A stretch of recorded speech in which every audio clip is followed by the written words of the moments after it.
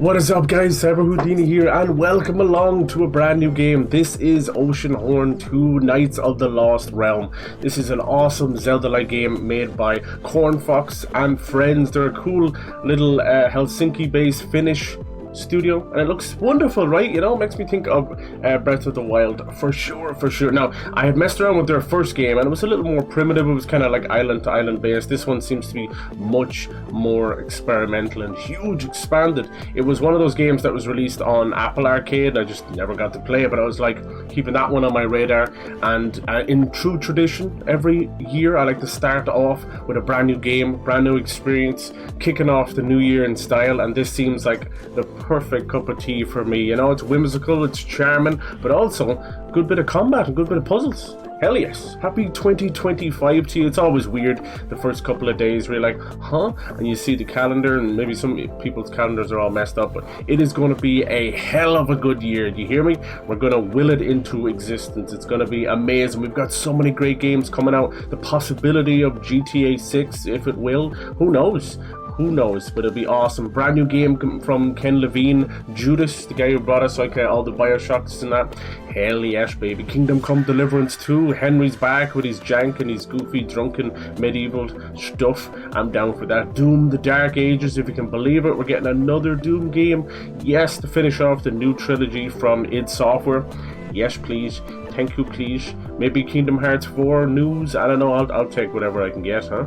And of course, the Switch 2. We'll be getting that hopefully by March. That'll bring a whole host of first-party games that Nintendo have been hard at work at, including Metroid Prime 4, a new Mario, hopefully some new little Zelda thing, and maybe a Donkey Kong 3D. We'll see. So yeah, this is Oceanhorn 2. I'm excited for this one. Cornfox, what a great name, huh?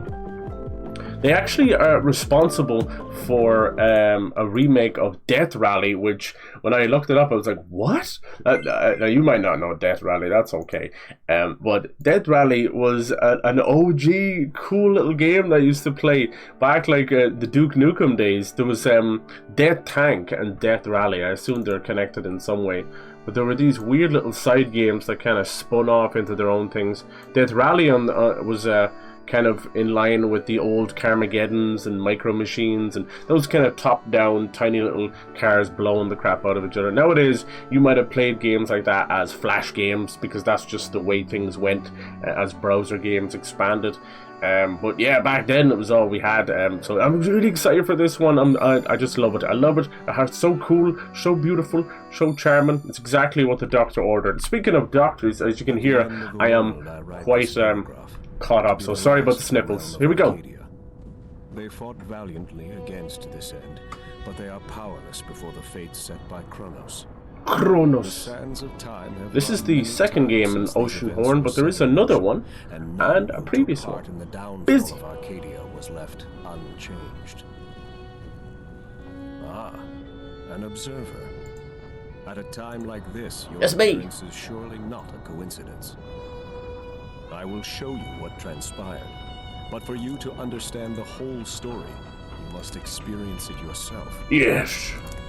This I can tell. The realms of Arcadia. It's a tragic tale of two. Nice little fourth wall breaking. I like it. Bit of Fable in there. Dark and stormy night, and all within a lost realm. Oh dear. I did that. Yeah, I'm almost completely better, and I just love streaming, and I miss it. Even the few days I take off, like, jeez. I gotta do it. Of course, as soon as I buy Suicide Squad, they put it on PS Plus and no doubt Game Pass. I knew that was happening. I called that about since that summer when it was falling apart. Look at these dudes. Oh my, creepy. Is it really you? Mesmeroth. Some kind of child chosen one. Moses in a basket.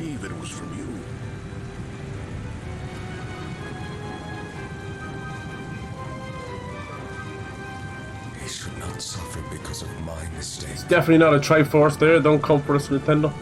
This child is for you to raise, Master Mayfair. Take good care of him. There's a bit of voice acting. There's definitely pure indie goodness, like to kick off the new year with a little love to the indies. I'll be setting up my new PC soon enough, so we'll be getting a lot of crazy indies. I can't wait. I get as hyped for indies as I do AAA games. It's gorgeous. So yeah, there's a little bit of sea travel. We've got like a lot of combat, puzzles. I'm down for this. Yeah, this is a huge leap from their first game. The first game was almost like Fez or something. You were just going to these small kind of islands and then moving on. It was quaint. This one seems huge. Then their next game, Oceanhorn, I think it was like Chronos Dungeons. It was kind of like a Zelda 4 Swords vibe to it. Look at this dude. Look at this dude. Alright, Outcast Island, Crater's Edge Archipelago. Okay, archipelago. Archipelago. Retrieve a lockbox. So yeah, this one flew kind of under everybody's radar because it was on Apple Arcade. Vital for your knighthood. Good luck. Whenever I see a big game or a big dev go exclusive to one platform or whatever, it gives me bad vibes. But when I see an indie dev do it, at least I understand where they're coming from. You know? It still sucks, but I understand you gotta get paid, right? You gotta keep the lights on. And yeah, it can suck for sure, but take what you can get. Nice, okay. Lovely jubbly. Yeah, so this one, you know, I think it is going back a couple of years now that when it came out on Apple Arcade, but it finally came out on other consoles. Whee! It looks fantastic. So this is the PS5 version. Right, I have like a little bit of stealth when I went into that tall grass, didn't it? So aim, alright, what have we got here? Like a little slingshot, a little hook shot. Let's see. Hell yes. That way we gotta kill everything. Such is the way. Alright, looks like he might not have a traditional jump. But it might be on auto jump. I hope you're all doing well. We got the last few days before the holidays are over and work starts again, so I want to get a few streams in while I have that free time. Bloodstone. Alright. Challenge accepted. Cool. Now what's this little thing above his head? I thought it was Tomb Raider for a second. Alright, what else we got here? Ooh, heal spell. Wow. Okay. Ammo. Okay. Nice. What's this? Search. Nice. That's just health, is it? Let's aim. Okay, the best thing to do in a game when you start out, in my opinion, is press everything. The way his hair is and stuff, he's got a little bit of voxel look to him, huh? It's not. No, it's fully rendered. Fully 3D. Good for them. I wish nothing but the best for them. The issue with the exclusivity stuff is it's a double-edged sword. It really is, because on one hand you're getting a nice cut of a check and you're like, okay, this keeps us going for a little while, right? So thank God for that. But then you might run the risk of people not knowing about your game, or even getting petty and not buying your game because it's exclusive. I see a lot of that with PlayStation, Xbox, and also Epic Store and the Steam as well. It's fine, it's whatever. Like, at the end of the day, if you're just hyped for something, just play it. Something I've noticed, I feel that a lot with early access stuff. It's such a crazy thing where you're like, do I bother? Should I bother? You know, buy it early, support the dev. You're basically like pre-order and getting to play early, but you're getting a quarter of a game. Look at this guy. He's like a mix of a dung beetle and a crab. Scarabara. It's cute. Sorry, bud. I gotta whoop that ass. Alright. Oh, do we get a shield later? Let's try out the combat. Nice. Nice. Hell yes.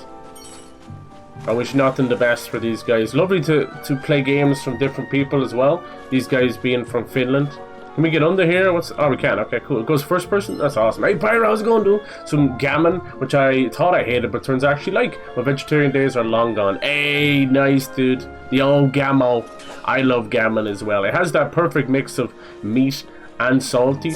It's not too dry. It can be, but that's where you bring in the honey or the mustard. Both even. I love both of it. Oh my god. Nice, dude. Nice little change from the turkey, right? For what we do, we usually have about 2 days of turkey. We're already kind of sick of it. So on the third day, we throw all the leftover turkey from the carcass into a, mostly dark meat and stuff, into a curry. And we have a curry, and it is so banging. And then after that, everyone's kind of so done with the rich food and everything that it just becomes like maybe treat yourself to a takeaway or something like that. You eventually get to the point where you're not even having like full meals. It's like you're just having goofy little like sandwiches and chicken and turkey sandwiches and treats and sweets and stuff. Nice, our first little treasure. My nephew's got to that age, you know, he's like 4 going on 5, so he's just wild hyper mode if you give him even a sniff of sugar. So this year, my mom bought, she usually does like a little thing where she just fills the house full of treats and sweets for Christmas. And this year she had to hide most of them from him, so I didn't think there was any. But lo and behold, my older sister has always been a sweet tooth. She's fucking been munching away, sneaking at them the whole time. There was no quality, I didn't know there was Quality Street or anything. Or Heroes or anything, but apparently there was. It was too late, I was already heading home, so I was like, well, but it's all good. I'm not that fussed about it, honestly. Once I have an old mince pie, I'm happy. We had some fantastic desserts this year. Absolutely banging. We had a Terry's chocolate orange homemade cheesecake. My sister makes those, and they're the non-bake ones, you know, so simple and clean. Then we had this gorgeous biscuit cake. It was a mix of a biscuit cake and a Christmas cake. I'm not too fond of Christmas cakes because they can be quite bitter, and ain't nobody got time for that in the dessert. I know they're traditional and all that, but you can keep your tradition. Also, the blue ones are XP. Okay, good. So yeah, that was unbelievable. Like everybody, every single body, whether it was a single cup of tea, you had to have a piece of this biscuit cake. Then there was good old trifle, which is just, you know, amazing, traditional. Love that. It ends up being like a slop of jelly and angel delight and all that, but still. Can we chop up the grass? Maybe. How you been? How's your Christmas been, man? Nice to you. It sounds like you had some adventures and that. That's great. Reaches for the apple tree. Which apple tree? This is so cool. So this is called Oceanhorn 2. Might seem weird starting off with the second game, but such is life. It is a wonderful Zelda-like. The issue it kind of flew under everybody's radar is it was exclusive for the Apple Arcade. All 5 games over there.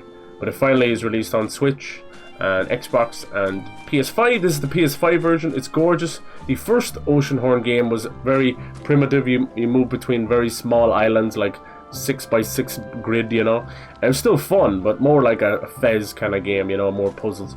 Nah, it was still very fun though, in its own right.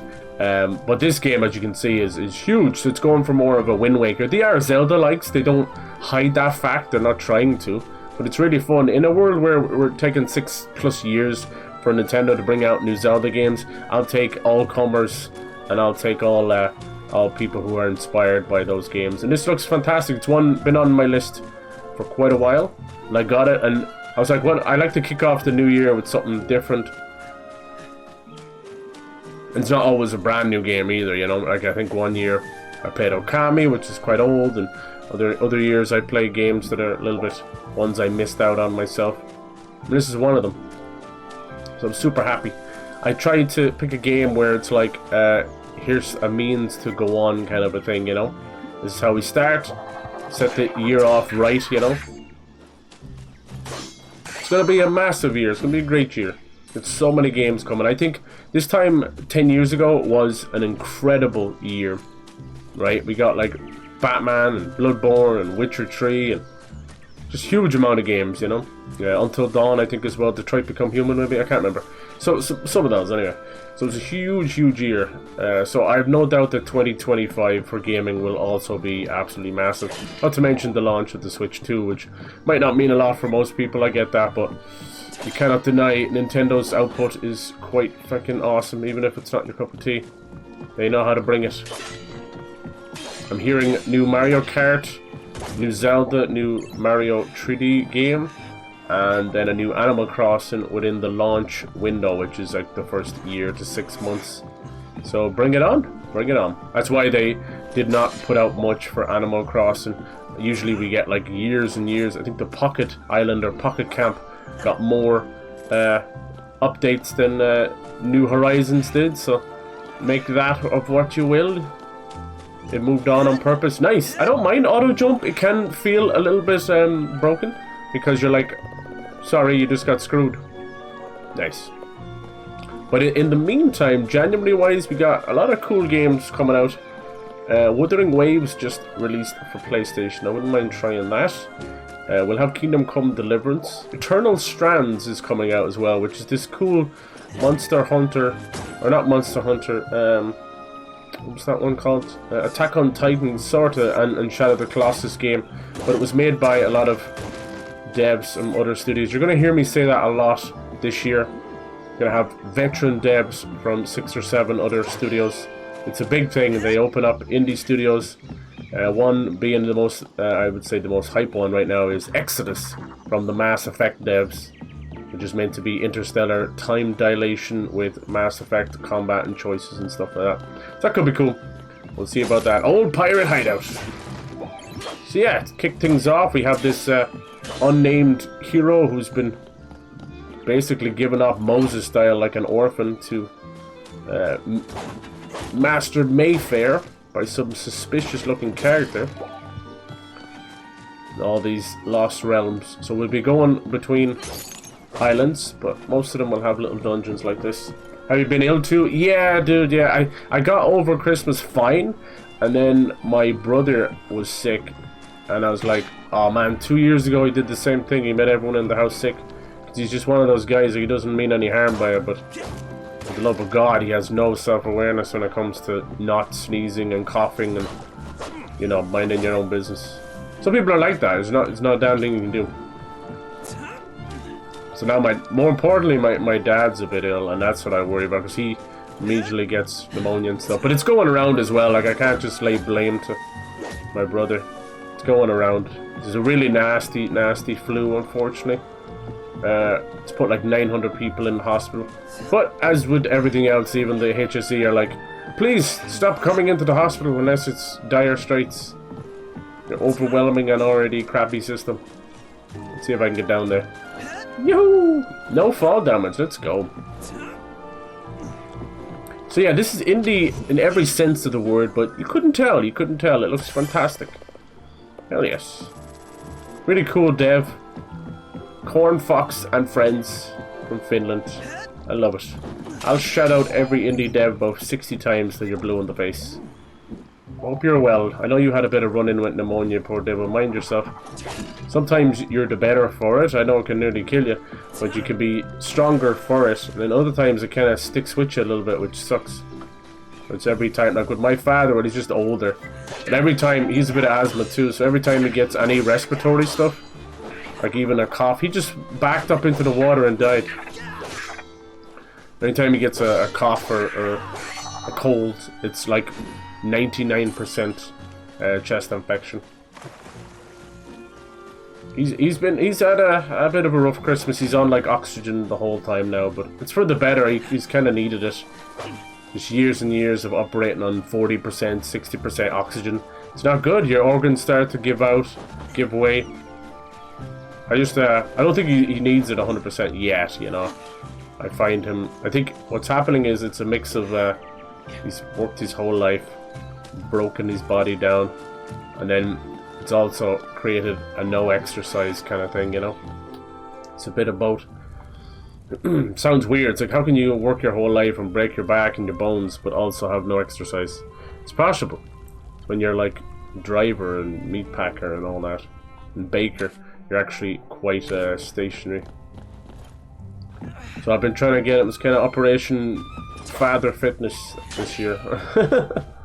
You can't beat classic Christmas cake. Oh yeah. Disaster start. We had lots of flooding. Yeah, Jesus, dude. Lots of crazy stuff going on. My God, was everybody okay? No lives are lost or anything. Objects can be replaced, but lives cannot. It's like a little flash flooding, was it? National Park up the mountain. Nice. Lodge, so the families came, stayed. Yeah, I remember you saying that. That sounded wonderful, dude. She's so idyllic. Holy hell. Couldn't ask for better than that. See, this is the other side of auto jump on that is an issue. Where, yeah. It's like, what is jumpable?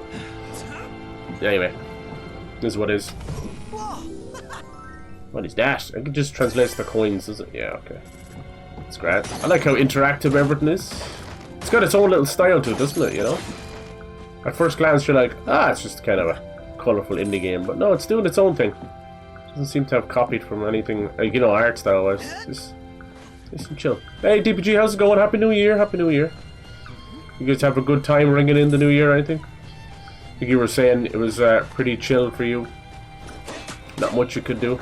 It was pretty chill here too. Ended up like, spent the whole Christmas out at the families, even though everyone else had kind of moseyed on.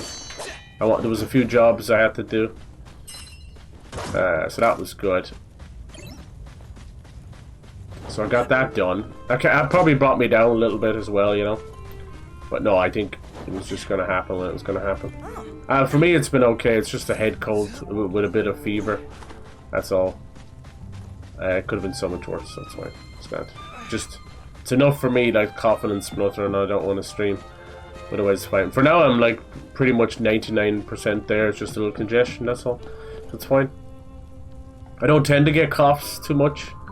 I find if you do your best to hold back cough, you'll never inflame your lungs in the first place. But if you have predisposition to have coughs and, you know, respiratory stuff, then you just will, you know. What's this all about? Game progress saved, huh? We'll figure that out. We got this cool little gun, but because it's a Zelda-like, we should get like a hook shot and grapple hook and all that. And a hiking, walking dogs. Yeah, that's so cool. Is it expensive? You don't mind me asking? You don't have to tell me the exact number, but is it expensive thing? Especially around Christmas. That's so cool. It was just a family idea. That's lovely. Unlock. Need to find the key. Okay. That's so cool. Yeah, I immediately thought of The Holiday, which I know is quite a cringe little movie, but I kind of like it. I've seen a lot worse. The only thing that's unbelievable is the Kate Winslet and Jack Black, but there you go. I like that. I like The Holiday more than Love Actually, I'll be honest with you. Love Actually is too about a boy that British. There's nothing wrong with that, but there's very little of Hugh Grant and stuff. I know he's not in it. Well, actually, he is in it. There's very little of him I can stomach. He's a ponce, you know. He's fine in his older movies. I don't mind him in Four Weddings and a Funeral. Notting Hill is okay. He has this issue of the storyline being thrown upon him, and he just has to be like, "What? Wow, what's happening? Wow." And you're just like, you're fucking annoying the shit out of me. So he's better in his earlier roles because he actually had a bit of physical comedy and stuff to him. Nowadays he's more of a laugh and stuff. Like he's like villain in one movie and dancing around another. It's like, okay, dude, you're washed up. You're completely washed up. It is what it is. But Love Actually it's such a love story that it became a tradition, right? So what can I do with this? Yeah, got it. Oh, wait, what? What was that? I can push with it? Oh, that's cool. I love a good intuitive tutorial that's just like, here, do it. Can I stick it in here? She said no. I think this is for the grapple hook. Pretty obvious with the very iconic 3-layer targeting system. That sounds great, dude. I hope you got a good bit of time. That's not good. How are we feeling? Hopefully it gets better. Yeah. No one's out. Been lost. Or evacuation has been thrown around. Oh, really? It seems to go as fast as it came. I think we are good now. Right, I'm glad the waters receded fairly fast. Not the cheapest place to go, especially during the winter season. Amount of our country tourists going about town is crazy. Not as expensive as a week abroad. Okay, well, there you go. That's the way it comes down to, right? If it's not as expensive as going abroad, then there you go. Because most people, they'll go to, they just don't like winters, so they'll go to sunny places. Carry and throw various objects. Oh yes. Do we need them? Yes, we do. How has your New Year's been? DPG, did you get to celebrate, ring in the New Year? I still don't understand that. Like, we all know, what's his name? Fucking Dickie Rocks, or Dickie Rocks Rockin' New Year, whatever. Dick Tracy. But now it's like, what's it? Dickie Rocks Rockin' New Year's, then hosted by some other gobshite. It's like a fucking. If the dude is dead, then change the name, and if he's not dead, let him host it. I don't know. It's so weird. And then you got these. What's the other guy? Andrew something or other. I don't know. I think a lot of the times, same way with good old Jimmy Fallon, that is we're so stuck with tradition that we'll just keep watching shite. Like, he's arguably the worst late night talk show host. He's like a normie You know, he does all the normie TikTok dance stuff and video games and stuff. Not video games, you know, TikTok games, whatever, challenges. He's a big old normie. He used to do some half-decent movies, comedies. Half-decent. Now he's normie. And I don't need to watch a TV show about normie shit. I already see it every day of the week. I don't need to see that. I'd rather see stuff I've never seen before. What does this do? Is it poison? No, okay. Ah, yeah. Nice. Well, that's scrap metal. I thought it was ammo for my gun. Nice to have a gun. Lovely jubbly. Onwards we go. Oceanhorn 2, you're beautiful. I love that they have this kind of a sort of a old kind of paw print or something on the lens of the camera. You can really see it against the fire. Do you see that? It's like it needs to be buffed and shined, like you're looking through an old spyglass. It's the little things. It's not distracting enough to be annoying, but it's noticeable enough to be like, that's cool. It works. Maybe it's because we're in a dungeon because I didn't notice it outside. There's a lot of polish and love put into this. Now this kind of art style might throw you off a little bit, I get that. Maybe it's too cartoony for you. But if you can't accept and have a bit of fun with a bit of whimsical charm, I can't help you, you know, you're lost. There's one thing you'll notice, you spend enough time on YouTube, Twitter and Reddit, is people do not enjoy things anymore. They don't enjoy gaming anymore, and I think they should stop. If you're not enjoying something, why keep doing it? Because it gives them money because they get views. But trust me, no need for all that shite. It's probably where the boss is. One key, one keyhole, one open door. Thank you. Alright, let's push this down. Might hit the crabs. Wait for it. Ah, I love a good old physics trap. Oh, got one. I think I might have got the second. No, you got lucky. Defeat an enemy with a rolling boulder. Let's see if we can get a little parrying going or something. Where'd the other crab go? Did he walk? I think he walked. Oh, there he is. Come on, buddy boy. Hit him twice. Nice! You can do a parry. Okay, cool. You know me, I'm a perfect parrier, right? Yeah, right. That sounds great, though. Went back to your hometown for New Year's, yeah? Bought 4 games for Christmas. Lovely, lovely, lovely. Sounds great. Any good ones? No one knew it was probably another copy of Hogwarts Legacy and another copy of Spider-Man 2. 2 trips this month. Lovely, lovely. There's supposed to be a festival, live music fire. Oh, the whole thing was cancelled. Oh, yeah, we had a few bits here. A lot of people, jammers in Temple Bar and that, but otherwise, pretty chill. I think a lot of people wanted to stay indoors, and then like you start to read all the funny stories about people and house parties. You're best off doing house parties with like close family and that, but it's so funny. It's like this lady was like, I have locked up all of my, you know, I've done a house party and locked up all of my prized possessions and expensive stuff, and they still break them. One woman goes, we had people over, house party, a big house party, and someone had gone into her mail, opened her mail and started reading it. I don't know if that's just tism or weird. Oh my god, that's so funny. That's crazy, right? The audacity. It's one thing being a bit nosy, we've all been there. Like if someone leaves out the odd little electricity bill, it's kind of just like, oh, how much is their electricity bill versus mine? That's one thing.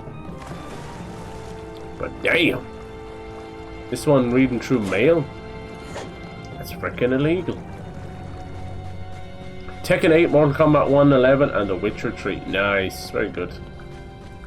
Very good. Are they all going cheaper? The Witcher 3 at this point should be free. The PS Plus games for January, just add insult to injury. Boom! I knew that was what they wanted me to do. One is Suicide Squad, just the base version, so you won't get Deadshot or any of that. Well, you will get Deadshot, you won't get Deathstroke. Okay. How do you actually throw this? Or just R2? You gotta aim first. Yeah. Cool. And then another Hot Wheels game. I thought we would run out of those at this point, but here we go. And Stanley Parable. I didn't even get a chance. I need to get the key first. Yeah. Oh, Captain's permission. Okay. Master Mayfair, yes. St. Martin and Virginia. Nice. Going back to St. Martin's. That's how you know when you got that fuck you money. It's either Martha's Vineyard or St. Martin's. Maybe it is the same thing. I think we had this conversation. Martin! Yeah. Tekken 8 though, a lot of fighting games there. Are you a fighting game fan? A lot of fighting games. I love this music, man. It's almost like Fable, Harry Potter. I love it. Told you, I get more Fable vibes than Zelda. Zelda mix of Fable. Nothing wrong with that. Hey Bernie, how you doing? Hello. So we did a cheeky little stream. You probably missed it because you're busy, and that's fine. Just before New Year's, it was New Year's Eve, and it was to play the final day of Friday the 13th. And I know, it's like, what the fuck are you playing that on that day? I get you. I feel you. I understand. Must be a way of breaking that, right? Yeah, we got all this stuff here if I open this up. Like heal spell, look at that. Cool. Yeah, so you can still play the game, but it is offline, so it's just you running around. You can only play as Jason. It is what it is. So it was nice. There was a few people. I just played the PS4 version. I probably would have had more success with the PC version, but it was fine. We still had, and once we found that group, nobody left, so it was fine. It was nice just to let it go, because it was a game that we had played back in, what, 2017? Ooh, this is a whole new heart piece, is it?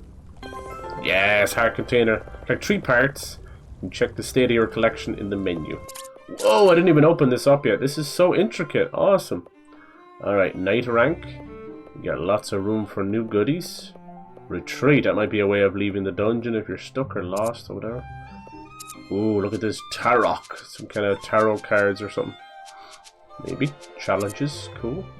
Fire, walk with me. Nice. So this is Oceanhorn 2, if you don't know. I try and start every year with a brand new game, something a little bit different. Like one year I did Marvel Midnight Suns. Oh, we're not getting out that way either. Zucle bleu. So how do we get out of here? Keep the barrels away from the torches.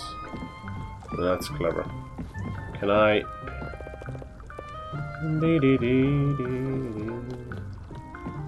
Okay. I'm trying to tell you how to get outside.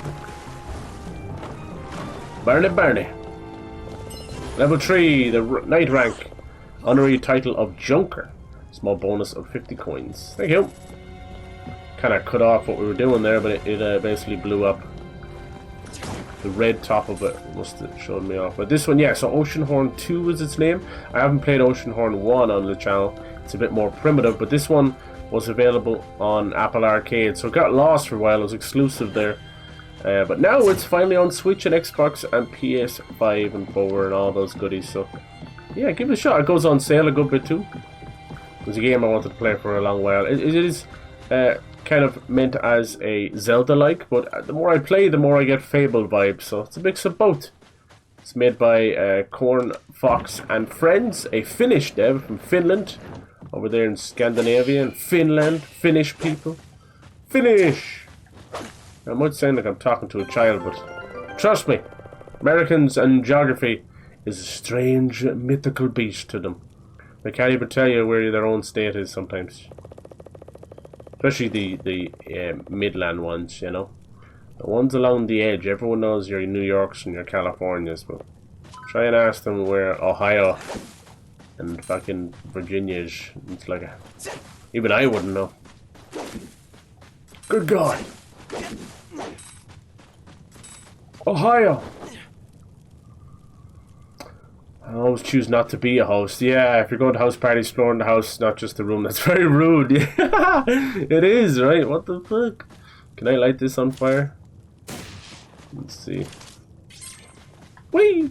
They also have a newer game they put out not that long ago called Oceanhorn Chronos Dungeons, which is kind of like a top-down dungeon crawler. It seems like a boss if I ever smelt one. Let's go. Little octopus or something, little squid. I'm still a little sick, so apologies for the sniffles or whatever. Apologies. We're almost there. Oh, I see tentacles. Oh my god. Galactos. Giant cephalopod of the ancients. Well,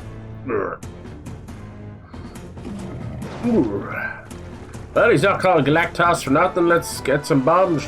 Well, you can actually grab those, you know. Just have to wait till he gets close and then shadang! Oh, we got one of his tentacles with it. I'm down for that. Smack-a-doo. Critical hit. Didn't like that, did you, boy? Oh, they just come straight back, huh? Alright, I think holding the X button, yeah. New challenge unlocked. Come on over, let's make sure the main bulbous head is close to the bomb. Actually, looks like we can't do a whole lot of damage to the main bomb. Owie!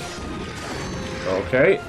Start of a new phase. Maybe we can start working on this. Yes! Oh, hell yeah! Almost one-shot him. What was that? Tarot card game? Started to teach me something. What's going on now? Uh-oh, he's gonna start throwing pots at us. Not cool, bro! What else you got? Come on over. Looks like they're gonna stay pretty chill, are they? Da, da, da. I want to see, can I get 2 of these squid legs? One explosive. Did it miss? Socle bleu. Have to do it to it. Come back here, you little shite. Got him. These are meant as tutorial bosses. Oh! Nice little chest over there too. We'll get to you in a minute. See what you got, buddy. Oh, you got another tentacle over here. Oh, I see what's going on. Hold on, can I go in there? Every time I try and block this tarot card thing keeps popping up. Shield, yeah. How do I switch that out? You've got this tarot card thing in the way. Hello, papito. How do I switch that out? I want my shield back. This freaking tarot card's in the way. Confirm. It's like it's here. It needs to be the shield. I have to go into my menu here. Yes. There it is. Okay, now we can start blocking again. Why would I want to play with the tarot cards right now? Is it a dying necessity? I must. Time to finish off this calamari once and for all. That was sick. Nice. A lot of snow now. Lovely. Do you want a bit of snow, bad? We play the Darksider games. Lovely, lovely. How's that going? Which one are you on now? Darksiders 2 is amazing. Hopefully we'll hear from the new Darksiders game this year. It's the kind of one of the only ones we haven't heard from. And Bioshock, really. Both of which are... I think what was going on is 2K is like, let's give Borderlands 4 and Mafia 4 their moment in the sun. Then obviously they're trying to gauge the quality and the release date of Judas, which would be now, you know, once their owner, their creator, turned rival. Judah. What is that? Oh, that's his lockbox he's looking for, huh? Yeah, this is just a small dungeon on this island. We still have a place to explore. We can go back. Open world. Ready to sail to Iron Village. The greatest adventure of Oceanhorn 2 is just beginning. Hell yes.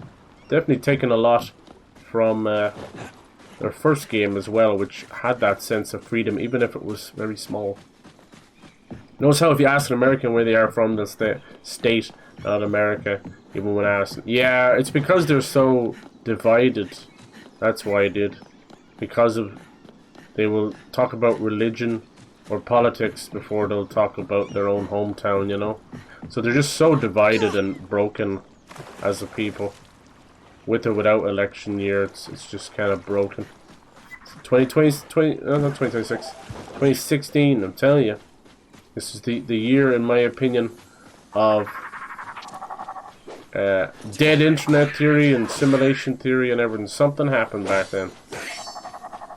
Alright, obviously we can get through here, but I haven't found a way of picking up the bombs. Nice. Have to get used to that. Alright. I love that the XP is a little crystal. Maybe, like, we can push the bomb, maybe? With the shield? Ah. Looks like it magnetizes it. So you have to reverse it, invert it. That's cool. Well, what game are you guys most excited for this year? See, this is a sign of a great intuitive game. I'm sorry, but big AAA games don't have a clue. It's all yellow rope and crap, you know? Yellow rope and white cliffs. There's always a big conversation about that. And devs, it's so funny, right? Kind of showed his arse a little bit, but a dev actually came out and goes, you know, there's a big, huge, like, multi-million impression tweet and Reddit forum and everything about these bloody yellow ropes and yellow markings leading the way. And one of the devs accidentally showed his ass and he's like, hello, gamers, what should we do instead then, you know? I think he was, God bless him, he was having one of those perfectly normal moments of trying to chat with your, you know, your fan base, your audience, your potential consumers, not realizing that they're a bunch of unhinged losers. So of course they were destroying him and making him seem like he was part of the problem and all this. And like, dude, the problem ain't gonna get fixed unless somebody somewhere actually. Oh, that was kind of cool. It's like an auto jump mid-air roll. Unless somebody helps in either side of the way, you know. We don't have. It's definitely grapple hook claw things. We don't have that yet. Let's see what's in here. I love this. I love this already. This is a tutorial item, for God's sake. Whoa, check this out. What is this? Akira Toriyama? Dragon Ball? Any kind of a weird little bubble spherical object or architecture. Can I jump on that? Definitely seems like I should be able to, right? This is like a button. Makes me think of Dragon Ball. What game are you guys most excited for this year? Obviously probably GTA 6 if it does come out. Seeing is believing, we'll see. We were supposed to get like trailer number 2 before December, but they're all over the place. And then half the games won't announce their release date because they're waiting for that game, you know. Just one little problem. They don't even know if it's coming out. Like, it's pretty obvious. If it's going to be anything, it's going to be like September to November of this year. And then if not, it'll be, you know, next May of 2026. Oh dear. This weekend, definitely going to go see Sonic 3. Nice. Good. I hope you do. I hear nothing but good things. That Mufasa game movie came out as well, and it's become quite a meme. Once again, Disney, modern Disney, just not having a clue how to write a song, write lyrics, any of that stuff. You know, you know your catchy Frozen songs aside, or Soul, or any of these things. Pixar, I think, is exempt. Most of the days I don't even see Pixar as Disney, and that's just me. I think they're a whole different breed. They do some crap as well, but anyway, they're definitely better. But Disney, like, let's bring it back to Disney. They're shite. They, like, even with legendary, was it like Alan Silvestri and all these others, these legendary writers of classic Disney songs, they just don't have it in them anymore, you know. And it's just crap. So yeah, there's a meme going around of, I know, Mufasa's brother or somebody's brother, and they keep doing this thing in the live action games, or live action, god damn it, live action movies, where they'll want them to sing, like, jazz it up or whatever. Everything has to be a goddamn musical. It's so annoying. Like, Lion King is more known as a goddamn musical than a movie now. It drives me up the wall. So they keep jazzing it up, and they'll sing in a different style or allow them to do that. And instead of correcting them, when you know this thing is going to be absolutely slated, it's going to be destroyed and made fun of and memed, they let them do it. And then it goes all the way through, you know, fucking music and choreography and motion capture and everything. So it's this weird bit where Mufasa or his brother or whoever it is, and he keeps just singing "my brother," and he goes like that at the end, this long fucking jazzy dumbass way. But the fucking lion in the movie does the same thing, where he arches his whole mouth to say this. The whole thing sounds and looks ridiculous, but it somehow made the final cut, and I can't excuse that. Disney are so on the downward trend that they're laughable. I wouldn't give money to Disney Plus if it was free. Like, I think I saw Apple TV give away like 3 months free. You're going to see a lot more of that, trust me. These subscriptions are going way down. It's so bad. Holy crap. What's this? We found some kind of mythical Hall of Doors or something. But yeah, that's pretty bad. And then there was like, was it the Jungle Book or one of these where there's some dumbass pelican crane and he was trying to do like rap or beatboxing? It's like, stop, just fucking stop it. But there's no way of stopping them. Disney are so high off their own Kool-Aid, nothing can stop them. What is this place? This is so cool. This is like a, yeah, it's like weird, mythical. Maybe it's a way of, maybe it's just a way of fast traveling. I opened one of them. That's anyway. I've nothing against, like, I've spoken about having an issue with like bad rhythm and what was it called, flash mobs or whatever. I do hate that kind of stuff. I hate things that they're like bad acting, thinking like, oh, this just randomly happens. Like, oh, look how good our dancing is. It's really annoying, and it kind of came. It came from theater. So it's theater kids trying to pull off movies, and I'll be honest with you, it doesn't work. It really doesn't work. Cats is another great example. It doesn't work. It's really annoying. You're mixing actual actors. But did these respawn? That can be easily manipulated to it. Ha ha ha ha. But anyway, I hate that stuff. I hate it because the issue with it is the only people who falls for that stuff is like 4 or 5-year-olds because they don't know any better, and absolutely smooth-brained individuals, which unfortunately is about 20% of the population. But it is what it is. I'm not gonna enjoy that kind of crap. Not like I don't like fun. I love fun, and I do enjoy the odd musical. But my God, is it rare? How come it always sends me back here? Is just the rest of the island's done? They really want me to get off this island. I'm like, hell no! I won't do it. Anyway, we can all be a little bit extra at times, right? I know I can be a bit goofy, so there's nothing wrong with that. But I hate the side of it where everyone has to be like it's them treating us like, you know, airheads when we're not. Like, oh my God, what could happen? What could happen next? Movies and shows and all that made for kids, but what the actual audience is for adults, and they know that. The demographics all over the place. So it's stupid. It's the issue between either using too many focus groups or not enough focus groups. You know, you're getting a lot of soccer moms who are like, my kids will love this, so I'll rate this up, when they're actually going to take that as the soccer mom loving it, you know. The case in point, I think the best example right now is Wicked. Wicked is made for Swifties, you know, they're made for smooth brains, and they don't give a shite about this or that. And every time I see Ariana Grande in an interview talking about it, and she's like in tears and stuff, I'm like, is this the same woman who destroyed like a multi-year marriage? Like, what the hell are you crying about, bitch? What the fuck? You know, you were a pretty normal chick about fucking 2 years ago. What happened?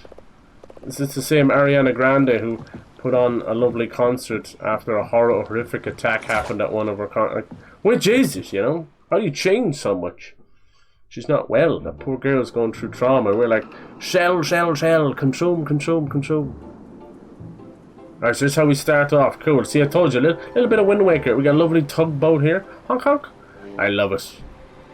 Wind Waker, like, I hope this is the year, and probably, hopefully, shortly, we get Twilight Princess and Wind Waker to come back. But trust me, as much as I love those games and they're magical and they hold a special place in my heart, they are not without absolute, you know, critique.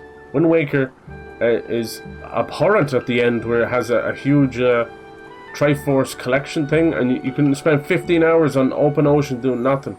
Very boring.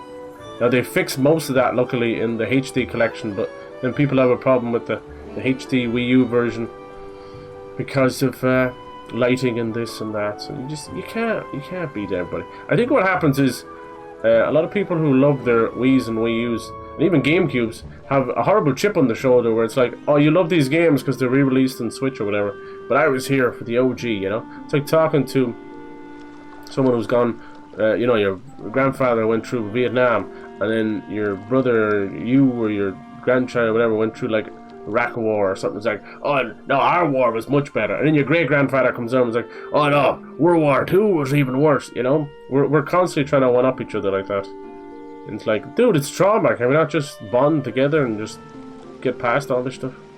And with video games, it's like that because of nostalgia. Really, nostalgia is one of the most powerful, wasteful things we have. Like, it holds nothing. It gains no value. It's just memories attached to things, you know. But we use it. We use it. We use it as a. There's no use, but we use it as like a currency. Hello, Master Mayfair. Good. Anyone come up with a resolution, or is it just an old blab? I don't know. No, my resolution. I don't have any, like, you know, we were talking about like sub goals and random things like that, you know, for streaming goals. For that side of things, it's kind of the same. Honestly, what I want to do is I'm going to rebrand the channel. Get someone involved. I have the new PC. I want to do IRL stuff and stream it if I can, even if it's just crappy phone stuff, just to tear off the band-aid, and then it'll get better and better. It'll also allow me to push me towards traveling more, so that's a huge thing. So in my own kind of connected to streaming and my own personal wants for the year, even if it is a bit selfish, is to do more traveling and stuff, you know. I really, really want to do that. Then, like, everything else wise, I'm fine, you know, like, finances are good, health is pretty fine. Like, I had that stupid appendix kidney stuff, and it has kind of screwed me up. I'm not gonna lie, I have an issue right now in my body where I don't know when I need to go to the bathroom. I think that's just a knock-on because of, like, very painful bit of time there, because I think it was more than just appendix, and I was left with the pain, so I think it's probably done a bit of damage. But it's nothing that hopefully a couple of months can't just cure. Basically, you know that feeling where you're like, I'm bursting for a pee? I don't get that anymore. So it might be, I was looking it up, and it might be an issue with like muscles, or just from the pain, or it could be like brain receptors telling you that you just, I don't know, I guarantee it's just a little bit of damage from all that nonsense. It's grand. It hasn't been this warm for weeks. Luckily, it's not to the point of like, oh god, I'm wetting myself. It's not like incontinence or something. Thank God. I know there's a lot of poor people that deal with that, not just old people. There's nothing like that. It's just I don't get that initial like, oh my god, if I don't go to the toilet right now, I'm going to go everywhere. I do think it's because of from October. So it's only been about 2 months, you know. So it's fine. It's grand. I'm not worried about it at all. But more importantly, my biggest issue, like, I don't really give a crap on myself, is my family stuff. So I do want to travel more, but also my family's health is kind of diminishing as time goes on. So I'm like, I need to be there more, you know. So we'll see. Like, we'll see how the streaming goes. I'll never move away from streaming, but just as I'm probably going to be needed more, it might be a thing where I'll like. I might, you know, the odd time I would come home from work so late on a Wednesday that I wouldn't be able to stream or be too tired. So it might end up being a thing where maybe that Wednesday I just won't stream, and I'll use that to check up on parents and do some stuff. I don't know. We'll see. That's just something I'm thinking out loud about. Just little things like that. I have to figure out a way for that to become more like, it's a thing where I could just go out every evening and do some stuff, but there'd be just no stream at all then. I need to find a way of balancing that a bit better, because things are being not taken care of out there, and it's not on. It's not on. And at this point, I'm beyond giving out to people about it. It's more about just fucking take care of it. I'm not about fucking holding grudges and waiting for people to wake up, because that's a lot of shite. People will be dead in the meantime. I'll just get it done. It's easier. I had a lot of jobs to do over the Christmas, so it was really just Christmas and St. Stephen's Day, and then the rest I was doing stuff, fixing things. Now some of it was like a 6-month-old job that I myself just needed to just finish up anyway, so it was more of a me. And other things, it was like this was always going to be a week-long job, so it needed the time anyway. Random things like fixing roofs and sheds and fencing and all that, you know, it's just not things you can just half do for 1 day a week, you know, because animals are going to get loose and things, you know, that kind of way. It's just, It is what it is. One is definitely about traveling, specifically leaving in comfort zone while traveling. Local foods, customs. Yeah, awesome, dude. Yeah, your little habits within it. No, I feel you on that. I've seen a lot of people, they kind of use it as a, you know, a talking point every time. It's like, no matter what anyone says, they're like, oh, yes, I'm well traveled myself. And then, God bless them, you see what their well traveling is, and they are well traveled, but they go and they sit in the hotel and they don't leave. And they eat and order in McDonald's and room service and stuff. I'm like, yeah, you're well traveled, but it's nothing that like a celebrity wouldn't do, where they just sit and don't actually see anything. Like I was watching some of the celebrities ring in the new year, and they were sitting doing like a photo shoot and stuff. Like a lot of them were not with family. It's like even like Rihanna and all them. It's like, I know you're worth billions and work never stops, but she was surrounded by like a team of 12, and obviously they were being compensated, but it just showed like how superficial and pointless any of that stuff is.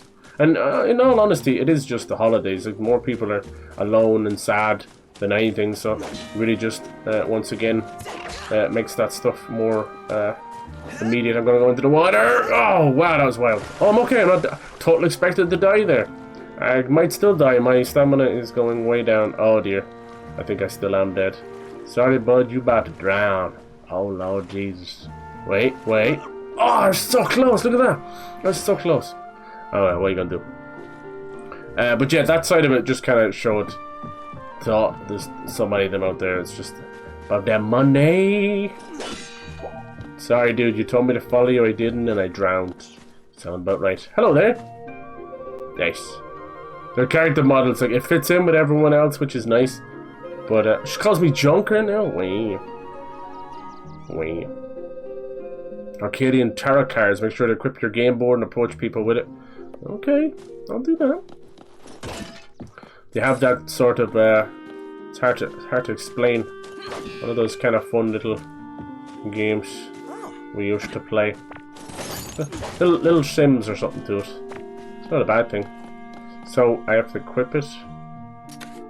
Nice. So yeah, that's about it for me. You know, not a whole lot. I don't know. In terms of, like most people's resolution is always like health and weight related for the most part. And I'm good on that. Luckily, it's just from a young age. They reckon people who don't put on weight end up having a slow metabolism, not a fast metabolism. Isn't that funny? Most of the time we go, oh, you must have a fast metabolism because you don't put on weight, and that's not the truth. It's actually a slower one. Anyway.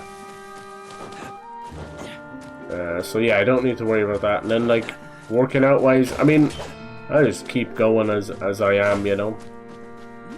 I don't tend to put on a lot of muscle mass, but I stay lean ripped. I'm okay with that. I'm alright with that. You know, it takes a long time to put on muscle mass naturally without injecting yourself and creatine and all these weird fucking diets and shit. I'm not that fussed. I don't need to look like fucking Chris Evans' tiny head, giant body. You know, he looked more ridiculous as Captain America later on than he did when he was the weird skinny CGI boy. He looked ridiculous. And now you got the Ozempic bros that are like skeletal faces. I know a lot of these, they went from a gastric bypass to putting back on the weight, to Ozempic to putting back on the weight, to Ozempic putting back on the weight. Like, how many times is it going to take you to realize that it's internal? You gotta fix the little child inside first. Something deeply fucking traumatized. And then you'll fix everything on the outside. Instead of just pissing through 10 years. And those 10 years with all that weight and your organs fucking growing massively, and you're actually putting on 40 years. Not 10 years. Some people, a lot of weight, they'll live to like 70 or 80 and they're like, look at me, I'm that 1%. So that means your entire argument's a failure. And then they go through like a heart attack and lose like 60 pounds If they're in a fucking weight-induced coma and stuff like that, or a medically induced coma because of their weight. That sounds better. It's like, yeah, now look, you know, this fucking loose skin. Anyway, people are crazy. Stop doing fads and diets and stop doing resolutions and just begin working on your insights. If I have ones, definitely. Yeah, I already got my 2025 destinations list. Lovely. Subject to change, of course. Hell yes, hell yes. There's been a lot of like madness going on, especially in America in the last. Like we know at the turn of the year, people just get up in arms. It says I have it equipped, but then I look. Oh, I do. Okay. People get up in arms at the start of the year. Wanna play? Okay, let's try it out. Let's see what this is. When you have that little guy. Is that it? Oh, we have more here. Cool. Pteropod. What's this all about?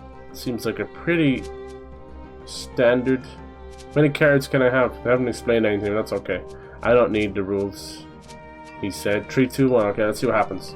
Is it just like gives me the vibes of Final Fantasy 8? What's it called? Triple Triad. Just have to beat the card beside you, is it? How do you know which way they're facing? Oh, I see. But these three don't have arrows on them, do they? These two have. This is an arrow. This is an arrow. Does that beat him? Okay. He's just gonna win us straight back, right? No. See? Oh, see, how does that work? What's that mean? Did he... I won or something?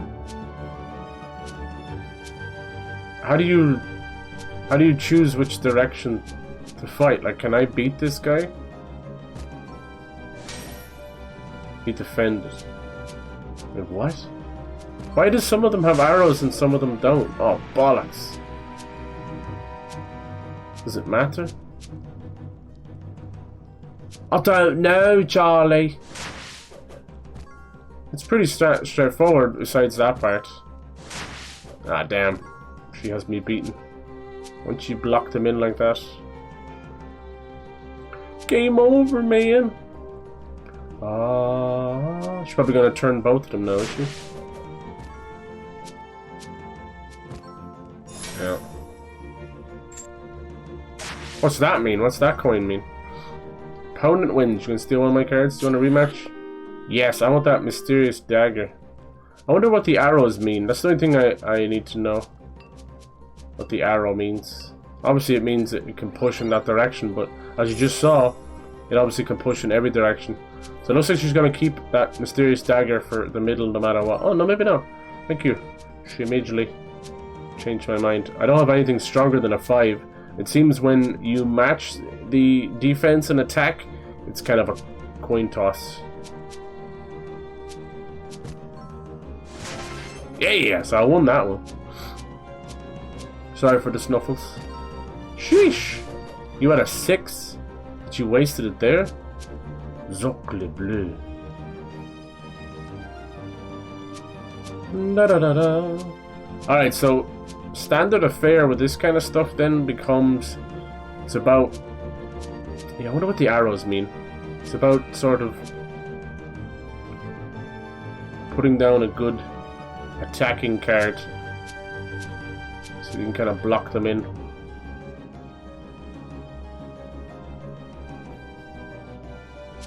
See, I could beat him with this little guy here. But he has such a weak defense. You'd be better off putting him here, watch. Because he's going to turn him back anyway. Then I'll turn him again. So it's really comes down to who beats at the end. So say I get this guy here, he's probably going to turn that scarab beetle thing back. But now the top belongs to me and Galactus. He'll win that card. It's like boo-hoo. But I might be able to beat him here.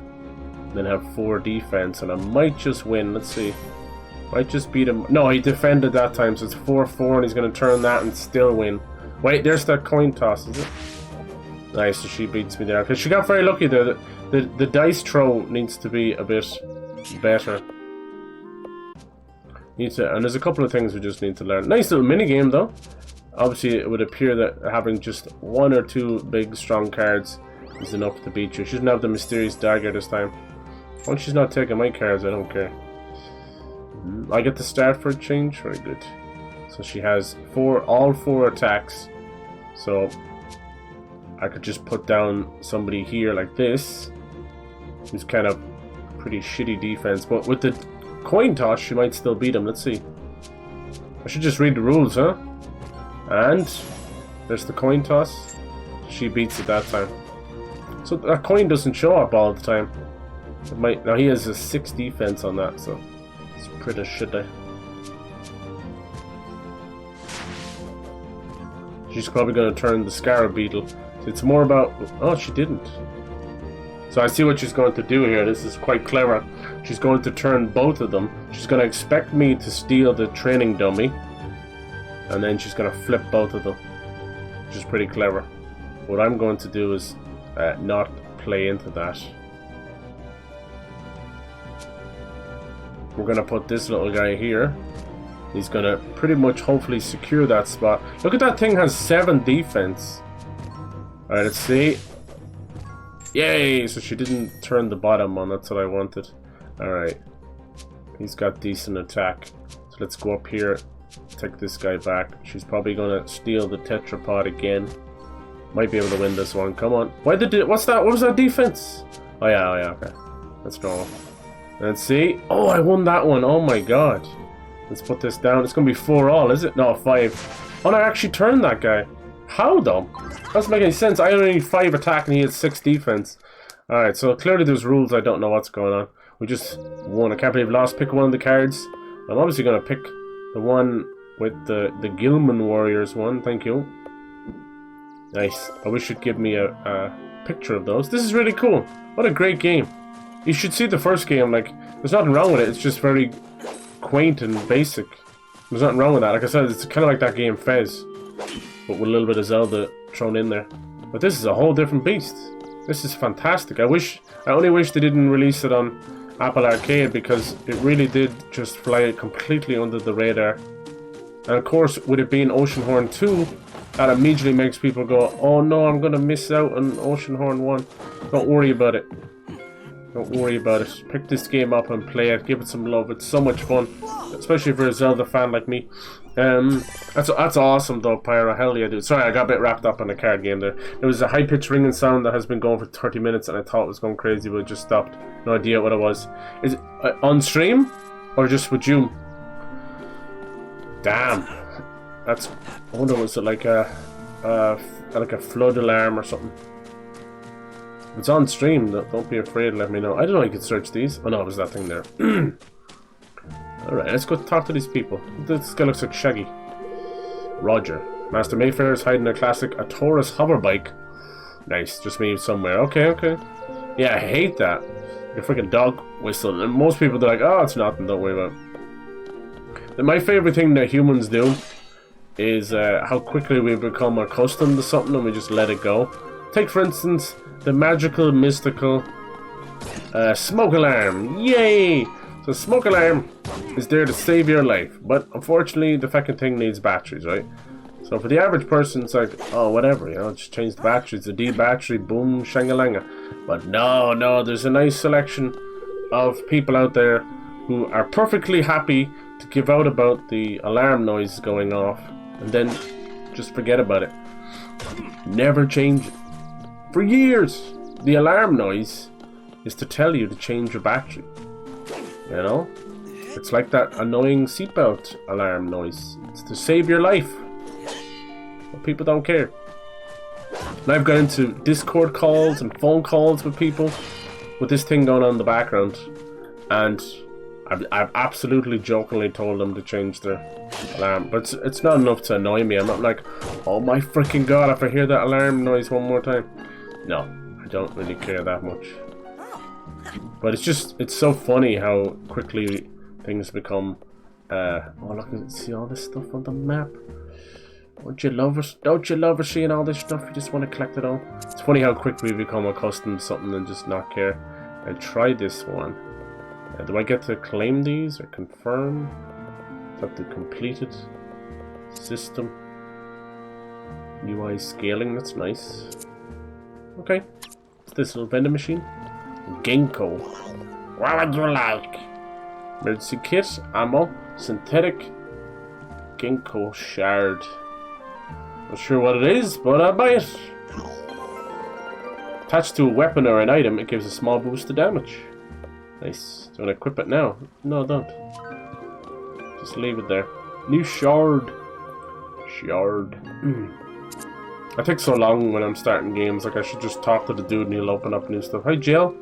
The White City, our town's run out of supplies. I'll help with that, don't worry. A fabled hero will help you.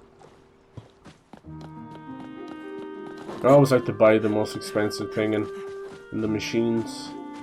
It's usually... Oh, hello there, I thought you were like a training dummy, sorry. Hey, you're back. Again. I'm glad you've returned safely. It was your first adventure alone, after all. Get a little Ratchet and Clank vibes. Well, I like it. We have every reason to celebrate. No, I hate the smoke alarm beep. Yeah, you do hate repeated noises for sure. Some people, I mean, I can understand if you just can't get your hands on it, or if you're a kid, you know, it's not really your responsibility, but, you know, changing smoke alarms. But I see a lot of grown-ass motherfuckers doing that. It's like, damn, dude. No problem, like, 17 pets and smoking up a big bowl, but you can't run out and get a D battery. It's pure laziness, but it's brought on from just, you know, out of sight, out of mind, just get on with it, you know. It happens with a lot of stuff. We do it all the time. Like maybe you've got some kind of junk in the room and it's been there that long. Or how you have a cap on your head for the whole day, baseball cap, and you take it off but you still feel it's there. It's kind of like that. We become accustomed to things very easy. For the most part. As you said, yeah, there's those of us... When you're very sound sensitive... I've noticed I'm getting more light sensitive more than anything. Not so much sound sensitive, but light sensitive. Jesus. Jeez. Hello, sir. Everything's all like half fantasy medieval and you got this fancy headset on. Regent Automatus and all goodies done with the inventions of machines. Yeah, it's got a little steampunk to it. Where did the little homeboy go, huh? It's up that way, is it? You selling stuff? Hello? Alright, can't buy anything yet. Nice.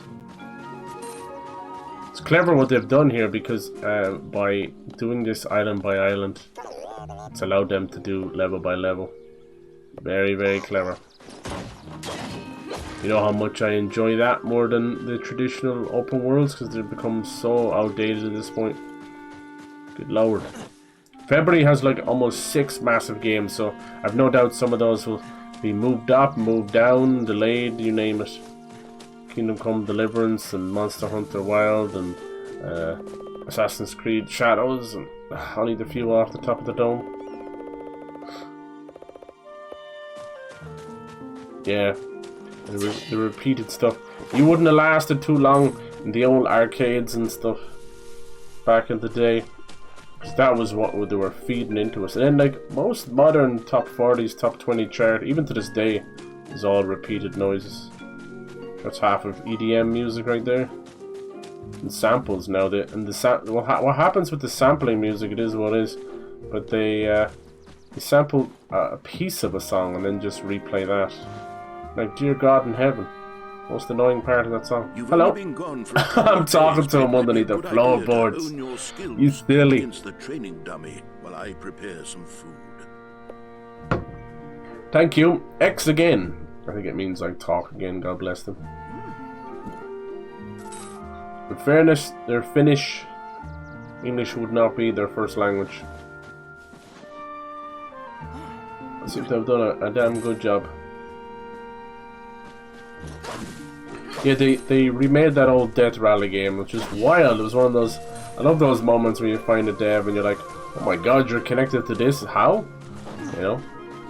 Like, there was a great porting studio called Blind Squirrel, and when I went through all their old games, I was like, oh my god, you guys have been around for so long. It's kind of what became of Saber Interactive, you know? Alright, let's do it! To play Tarot.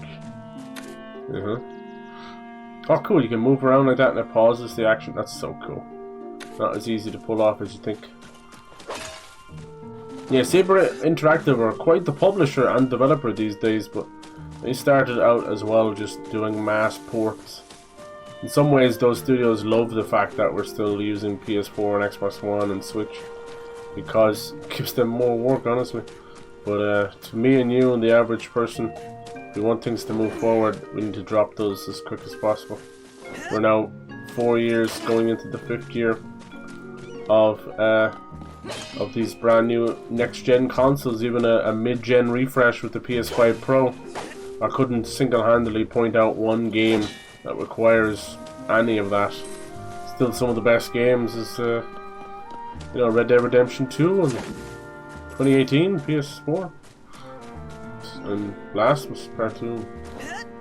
There's not a shagging thing out right now that really screams demanding or any of that kind of stuff. It is what it is. Alright, let's have a chitty chat.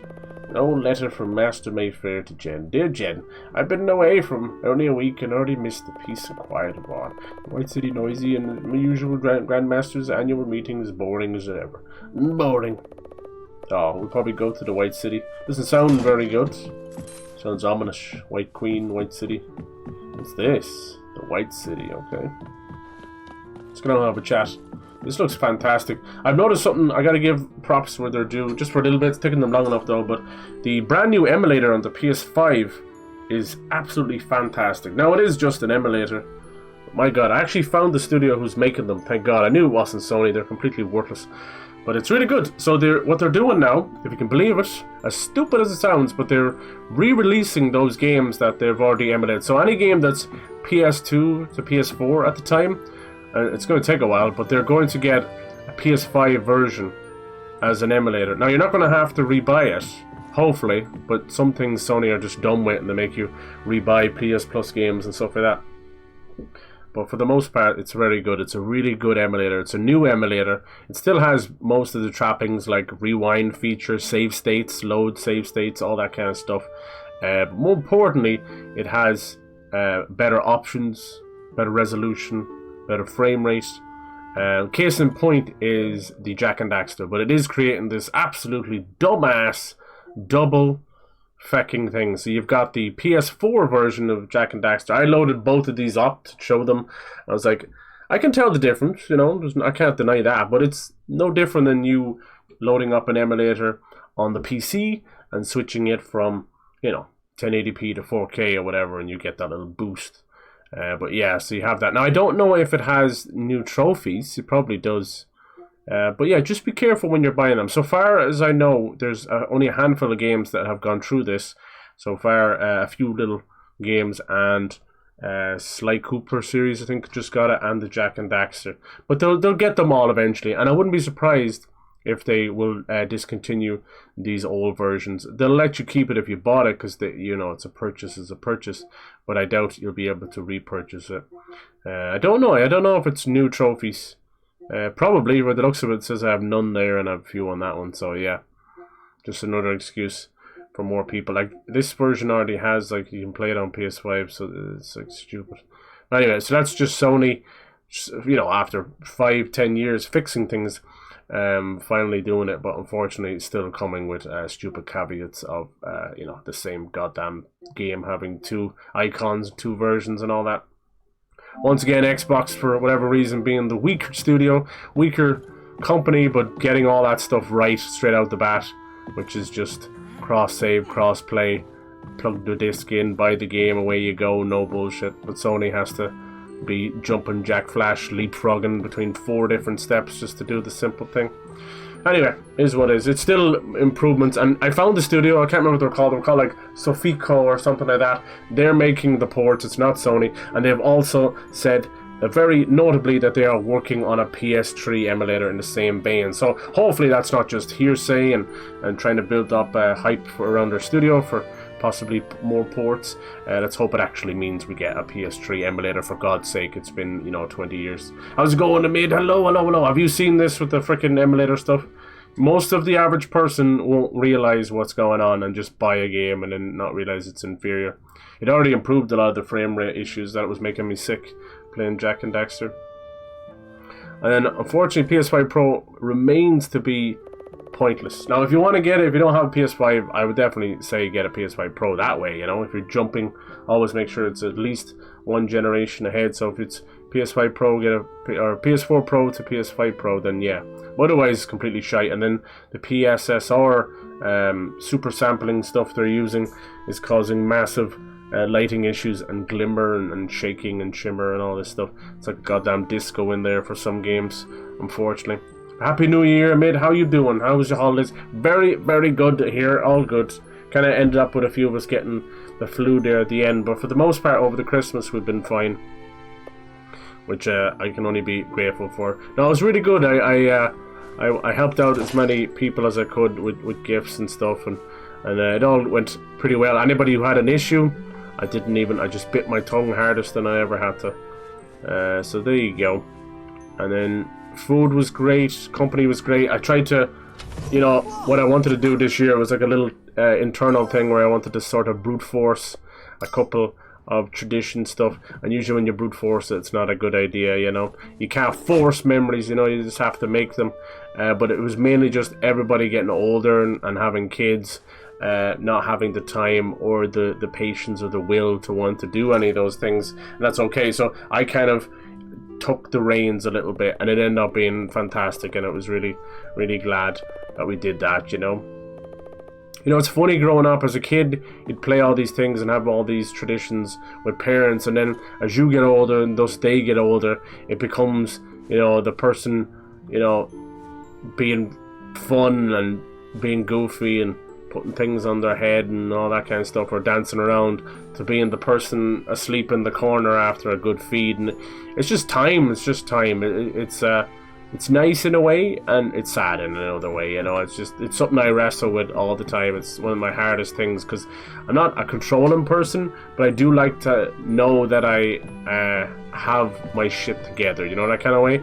Not that I'm in control, but just that I have that kind of, I don't know, it's a hard thing to explain, because when you mention that, everyone's like, no dude, that just sounds like you're controlling. I'm like, no, I really don't mean it like that. I mean it like, I want to know that, I don't know, that at least I have the ability to change and take care of things. That also sound, I don't know, there's no way of saying it in a nice way.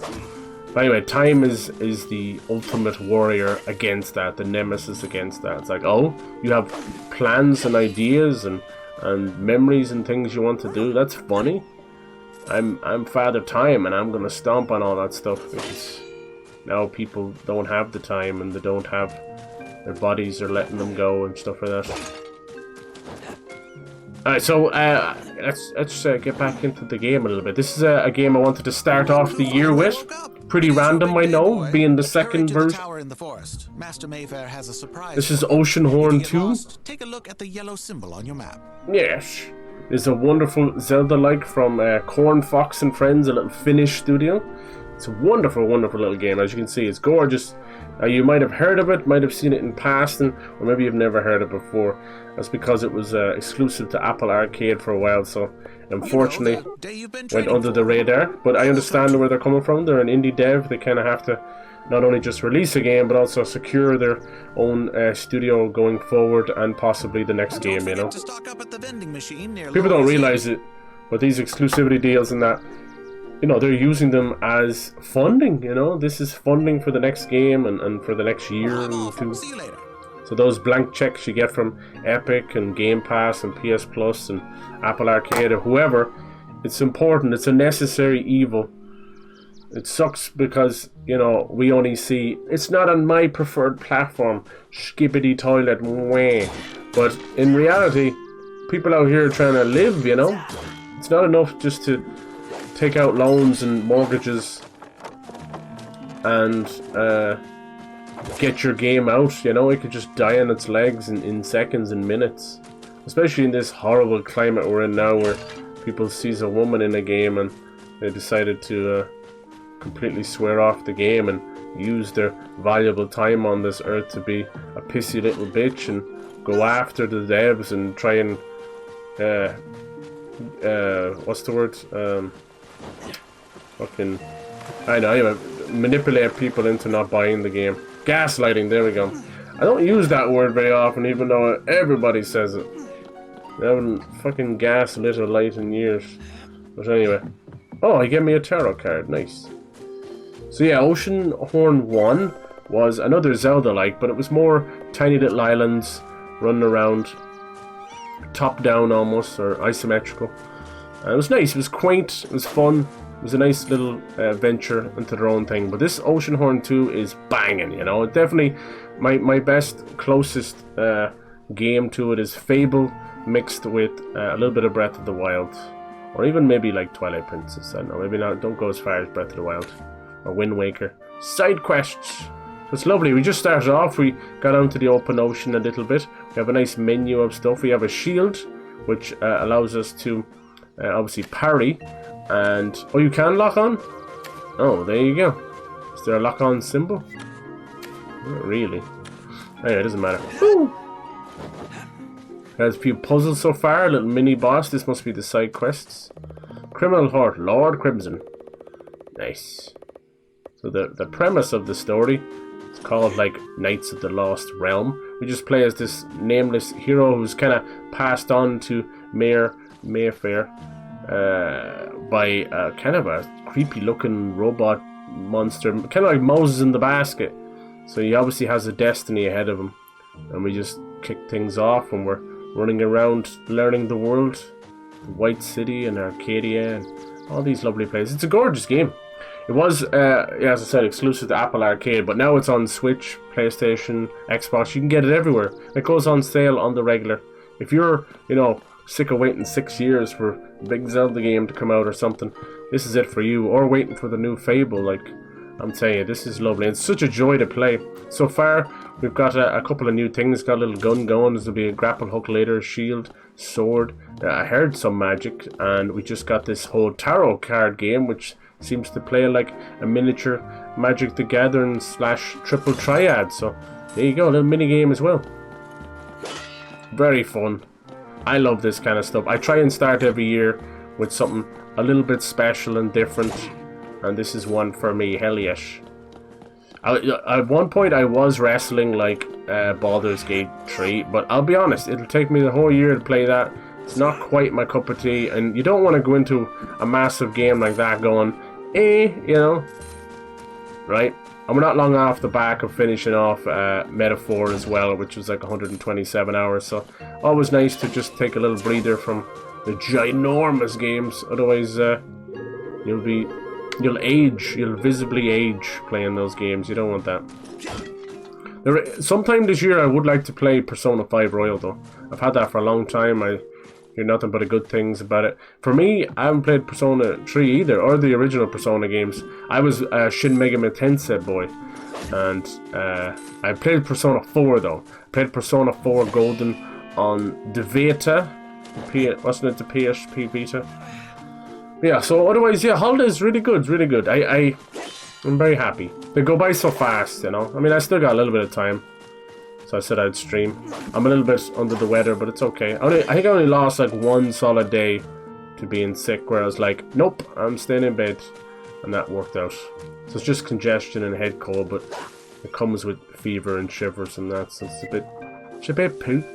But more importantly, my dad, like I didn't give it to him, I think someone else in the family did. But he has it a bit too, and that pisses me off more than anything.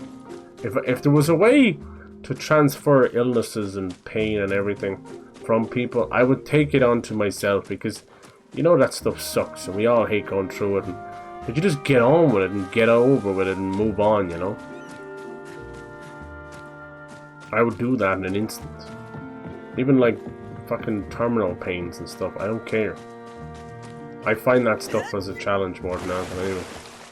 Like, I think I've been through random ass pains over the years and weird things happen to me, and you just come out the far side and there's a story to tell, you know.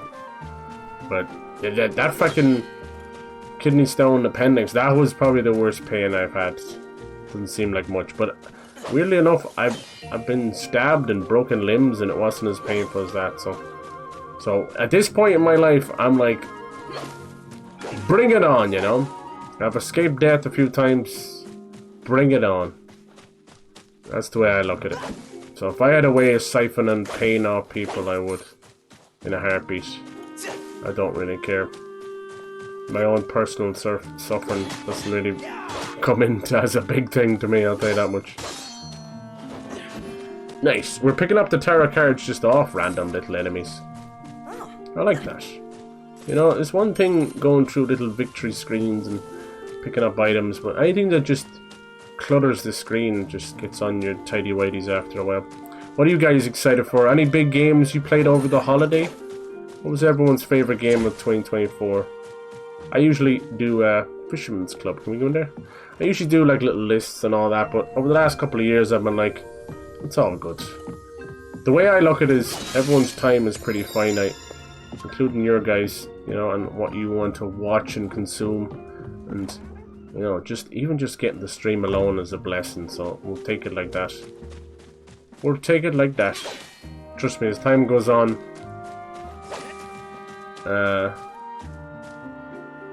producing content, gaming content on YouTube, it's been dead for like 5 years, and comes a time when you're like, yeah. When I see more and more of OBS and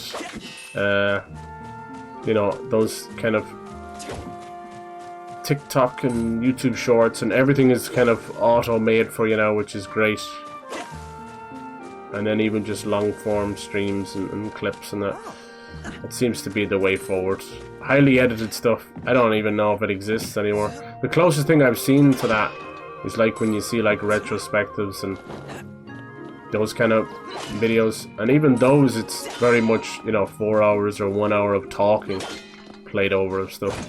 I don't think we'll get the highly edited stuff on YouTube anymore, you know. Anything that tries really hard is more going for animation or possibly creating their own studio or music or whatever, you know. It's always an ulterior motive. There's Fan Bambi.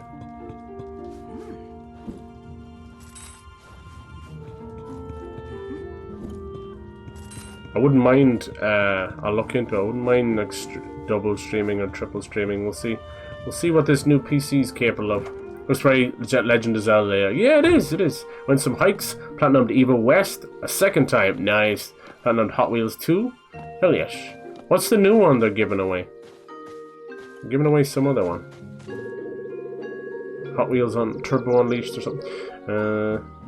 Finished Zero Dawn Remastered. We'll platinum that too again. Nice, nice. Good, good, good. Was it worth it? Was it good? Of course, there's a Tarok instead of Tarot. It's Tarok. Sounds like a little joke between friends. Yo, these tarot cards, they Tarok. Yep. Alright, so let's see how these side quests work. Hello, missus. Me to help light. That's wrong. If you could help me, I'm heartbroken. My dear Brutus was a soldier, used to traffic goods between White City and Jesus, he's a trafficker? Don't tell him. He's gone, otherwise he would have returned ready. Not knowing what happened to him has been bothering me. There is voice acting in the game just for the main characters, I think.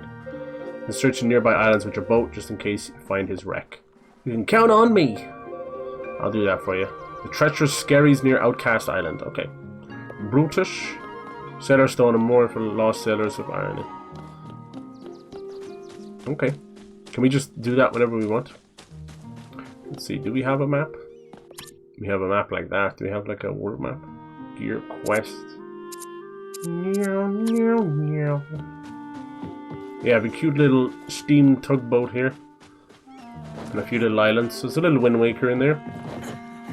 Something they've definitely brought over from their first game. Take boat to world map. Very nice. So charming and fun. Alright, off we go. So if I open this now, will it show me world map? Oh yeah, just what we've explored so far. Toot toot! Do we have a little toot toot? What's that? It's making a noise like I can do something, but I just don't have it yet. Is it this one? Treacherous Scary. The terraformed planet Gaia. Can I dock here? Outcast Island.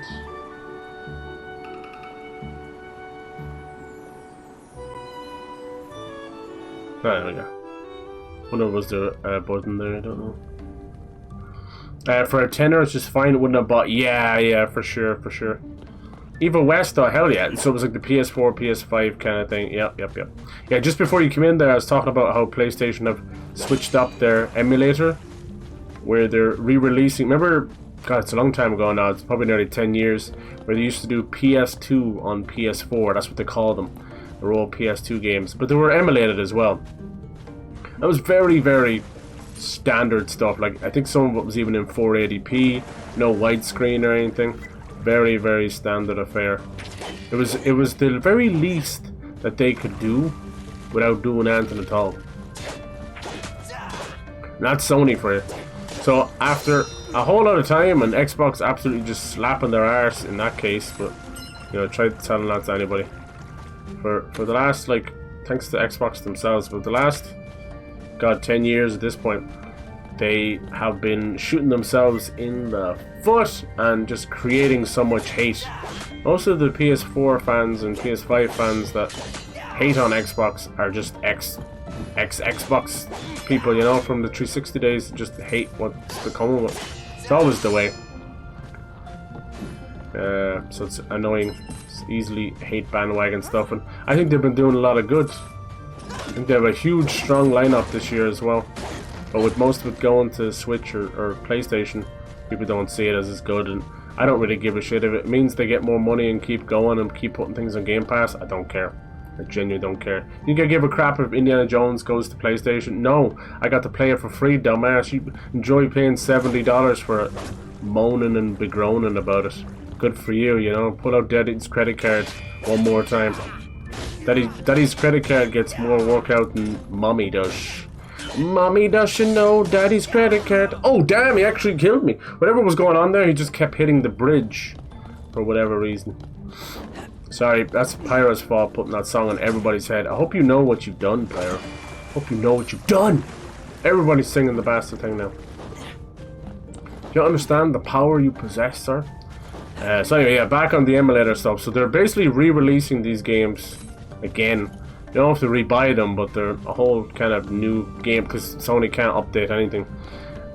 So yeah, so it's a good thing though. They are looking much better, actually emulated. They've hired a studio to do that. Yeah, it's pretty early on, so we don't have a whole lot of tricks. We can block and parry in that. There seems to be room for... Can I pick this up? No. There's room for like a hook or a grapple hook or something like that.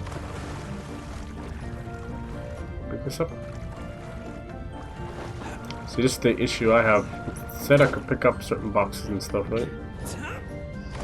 This seems to be limited. Because we were able to, remember we set one of these on fire. Here we go. That up? Good lad. That's some good work, man. GG's. That's the way to spend the holidays. And you did some hikes as well. Sheesh. Good man, good man. A lot of those, when you get to platinum them... Oh, it says only near a torch, didn't it? Not near a lantern. Maybe just push one of these over there again. It's the game trying to teach me and I'm trying to learn. Dangerous explosives? Yeah. I am Lord.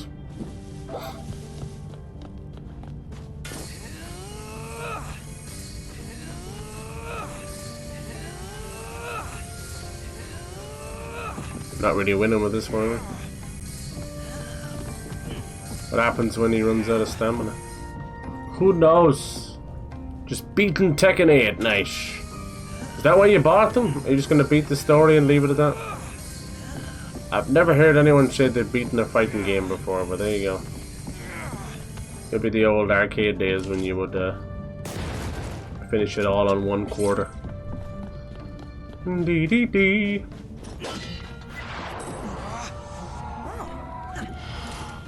Jesus, oh my god. Creepy. Can I fight that thing? That's freaking scary. No thank you. Nice headshot. Skill shot, huh? Me? Skill? You shouldn't have. Yoink. The second one? Jesus. Jesus, with the fire. So yeah, we got a few games we gotta finish off. Like, we finished off Soul Reaver, I'm glad. But Indiana Jones and Dragon Quest for sure. Those two. Pretty knee deep in both of them anyway. Indiana Jones is a big game, you know, it's a 20-hour plus game. Ain't no joke. Did that hurt him? No. Hope this letter reach you, my dear Candace. I'm stuck inside a tidal wave and treacherous scary. I don't know if I can make it out alive. Oh, that's gotta be Brutus, right? Even the season said I'd make a portray by the tricky tidal streams. The rocks broke down my boat. Remember how you asked me to show you sea of love and take you around the world? I guess I never got to do that now, but don't worry. Leave our worries with the sailor stone and live your life to the fullest. Forever yours, Brutus. And then it just chucks you out. Oh my god, it chucked me all the way back. Wow, I mean, that's great. I just wish I was asked first. I didn't even have to do the world map thing. Alright, found evidence of Brutus. I wanted to finish Kill the Ghost and see if it would have dropped something interesting and cool and a tarot card or something. All good, no worries. Hey, look, we'd be given out if you had to go all the way back just to turn in a side quest, so, you know, be glad of what you have. That's grand by me, that's fine. Yeah, so we'll be finishing off those games. Now, there is a good few games coming out in January. Sheesh, you have no idea. So we'll see, can we finish those in. I have a good few vouchers left over from Microsoft Words. So, not from Christmas. I didn't get any vouchers for Christmas. Didn't get any games either. That's all good. Because of the streaming stuff, I'm pretty much buying them all myself, so I never asked around. I don't ask for anything for Christmas. It's all good. We got some socks. It was a weird running joke for whatever reason, but my mom got all of us these like pack of dinosaur underpants and socks, of course, as well. But dinosaur underpants. I don't know where she got them. I don't know what it was, but she gave a pair to all the lads. And let me tell you, I don't know what the hell she was doing, but they're definitely like for a small child, as you can imagine. So I put them on. It's like Speedo City. I'm like, what the fuck is going on here? So yeah, that was funny. That was a silly little moment. I think she saw them cheap or something. She's like, it'd be a laugh. But it's grand. It's grand, it's grand. It's all good. I got my dad like a air purifier and see if it'll help. It's on like an oxygen machine and stuff.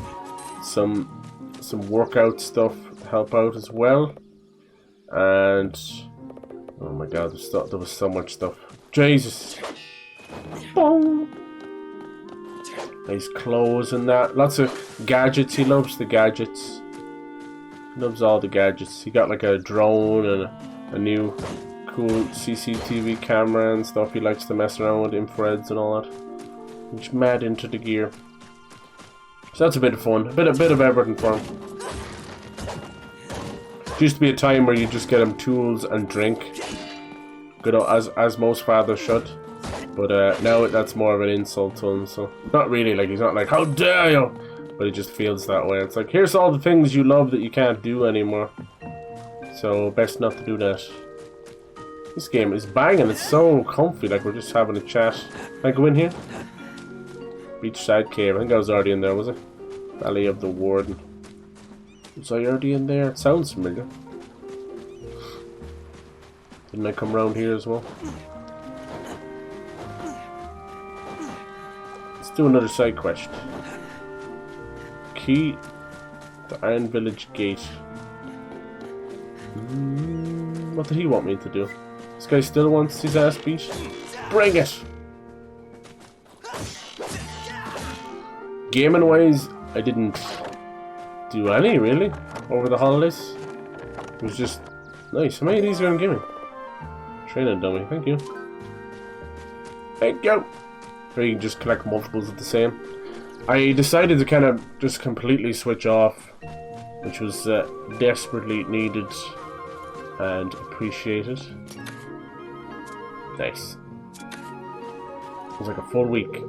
Yes, I'm challenging you to a game. Bitch. We do love a good mini game, don't we? Alright, it seems 5v5. Okay. What have you got? Spider-Bot. Oh, he's also got the Warriors. Warriors. So Your best bet with the warriors is to stick it in a corner and assume that he has nothing that's gonna break it down, you know. You never know. I'm still trying to figure out this dice roll thing. He was able to turn one of my cards. Like, thanks a lot, Bill. Okay, he understands. He gets the memo. Maybe this one might be able to turn it? No. Alright. Ah! I hate to see it. God, I'm playing like trash.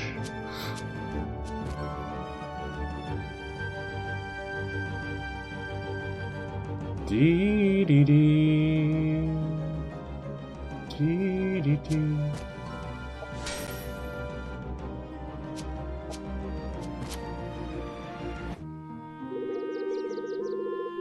Wub wub. Doubt I'd be able to beat him.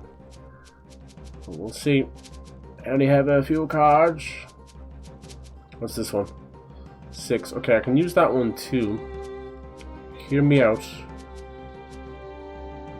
We can use these things to get aggressive land ownership. Know what I mean? It should work, right? Start putting them in the corners. They shouldn't be contested. That one has 8. Just a flute has 8. Powerful skin flute. I'll watch 3 movies over the holidays. Nice. The Wild Robot, probably the best movie. Yeah, I hear nothing but good things about it. Good, good, good, good, good. Love to hear that. Da, da, da. So you put this little bozo in the middle here, right? I might be able to beat that. No. Seems self-explanatory, and then it doesn't.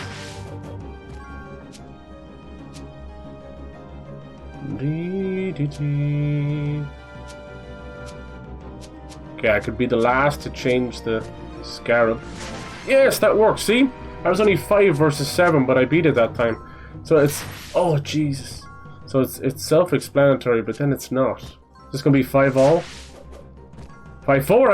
I won. See, kind of tricked them there with my own beetle. Oh, even he's impressed. Now, which should I take? Mysterious Dagger is quite powerful, but then having that skin flute with the good. I don't know how it works. There is a dice roll going on. The flute was right. There's a level 4. I mean, pretty obvious to take. Thanks, dumbass. It's pretty obvious to take the weapon. I want to fight this thing, whatever it's called. What, the Crimson Lord? Or the one at the highest level. Lord Crimson. Yeah. Warden Woods. Hideout nearby woods on the other side of the river. Deal with Lord Crimson. Claim your reward in White City Prison. Alright, I guess it's up here. The other side. Bing bong.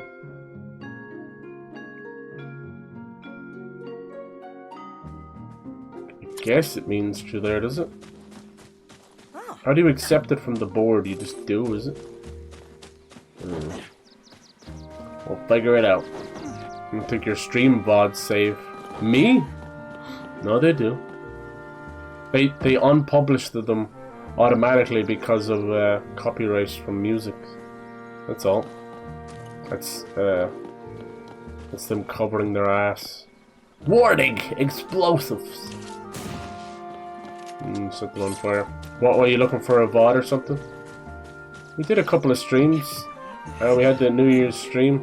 We played Friday the 13th, and then I played one match of Fortnite and won. I was like, peace! Get out while they're ahead. That was fun. It was the last ever online day of Friday the 13th, and that game kind of means something to me. It doesn't seem like it does, but it does. Met a lot of cool people that way. So we did that. That was fun. And on the last, they're also, I think I noticed, this is another sign of Twitch slowly losing money again. They're after switching back their servers again. I think at one point, affiliates, you could keep your VOD for a month, Now it's been knocked back to 2 weeks again because I'm been told they have this new thing and it's like unpublished, but will be deleted in 7 days, 6 days, all that shit. I remember them doing that when I first joined Twitch, but then they were like, "No, you're fine." So they're not paying their server bills probably. Need something fire based to blow this up over here.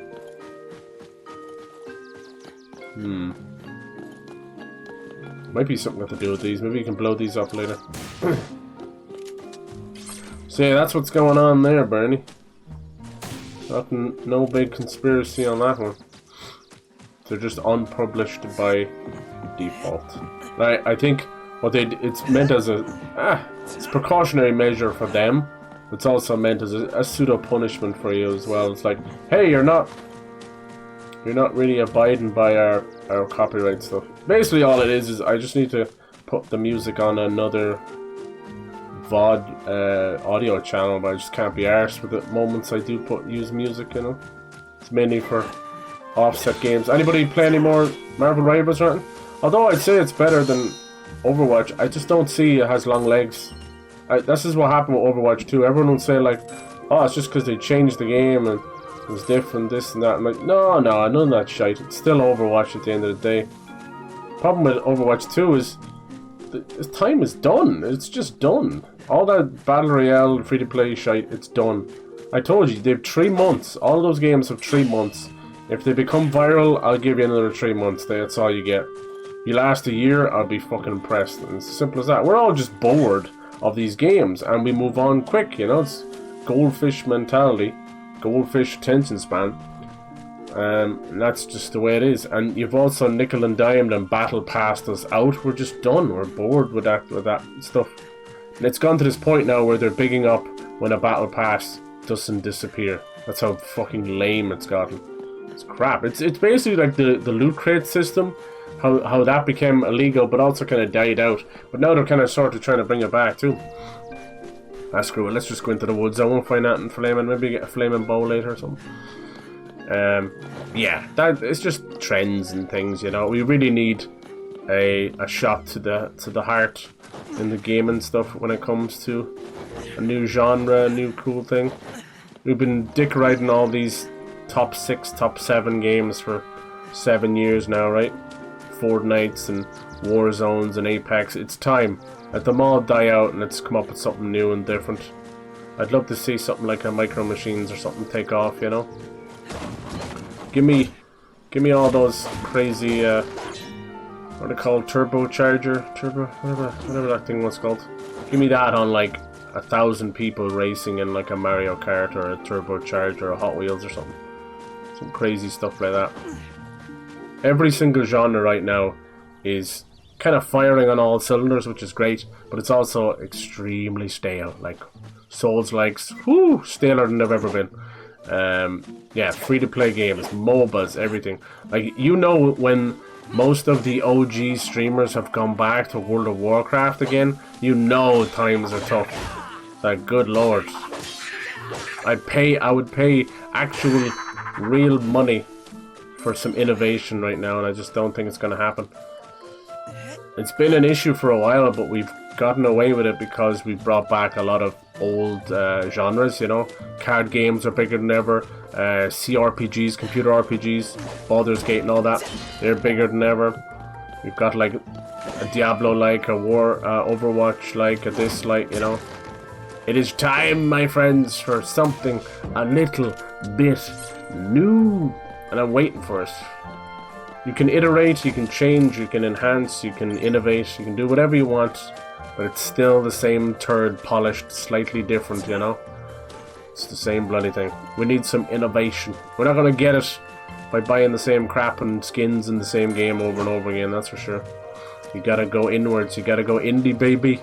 That's where you find some innovation. Even something as goofy as Balatro, which is like one of the indie darlings of the year, Balatro. It's just fucking Joker's Wild, Texas Hold'em and stuff. Like, chill. But when the world is still half playing Candy Crush, Angry Birds, and friggin' Wordle, or whatever it's called, you're not gonna get much. Audiences breed innovation. You know, art imitates life, and right now, life is pretty fucking boring. Outside of The usual crazed folks doing dumb shit on the streets and blowing shit up and... yeah. Come on! Either you attack me or I attack you. Come on. Pick one, buddy. Hell yeah! Wow! Nice. Yeah, what was your guys' game of the year? Mine, I think, overall, I'd still got to give it to Final Fantasy VII Rebirth. I have too much attachment to that series, though, but in terms of what they did, and it's almost like someone recreating the Mona Lisa in a way. That's just how I look at it, but it seems a bit ridiculous, but that's just the way I look at it. So it's an impressive feat. Now, in terms of game mechanics and innovation and all that, no, it's not there at all. In fact, it's a very Japanese Ubisoft open world game in terms of that. The gameplay is actually a little bit messy because of it trying to hold on to the past while embracing the future.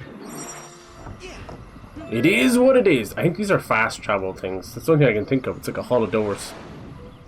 Basically, you've got this incredibly fast, multi-person, real-time combat, just flashy, gorgeous, yes please. And then there's an ATB timer on your moves that holds you back, makes you sick to your stomach, wishing I wrote your rhymes. Anyway, that's the unfortunate side of it. ATB, it existed, it was grand for the first, honestly, 8 or 9 games. It should have been left in the past after that. Really enjoyed the queue system of 10, but then they brought it back 13, and it's really just been a disaster since then. 13 is shat on, but it's a great game, but it's not that issue, it's the systems. And guess who's in control of the remakes? The fucking director of 13, He's a good man, but he's like a super fan, He's not an OG director, he's like a super fan, and he's been brought on as a term of mentorship, and he's done his dues. He's definitely worthy of his role over at Square Enix, but he's a super fan. He can't let go of the past because he's like me, he's in nostalgic boners everywhere. How the hell do you plan on making that new when you're so locked in place, creaming over the past? It's the way it is, baby. You wanna do the tarot game as well? I'll whoop your ass. Nice. This will be fun, something to look into with the tarot card stuff. Where did the other one go? Was it level 4?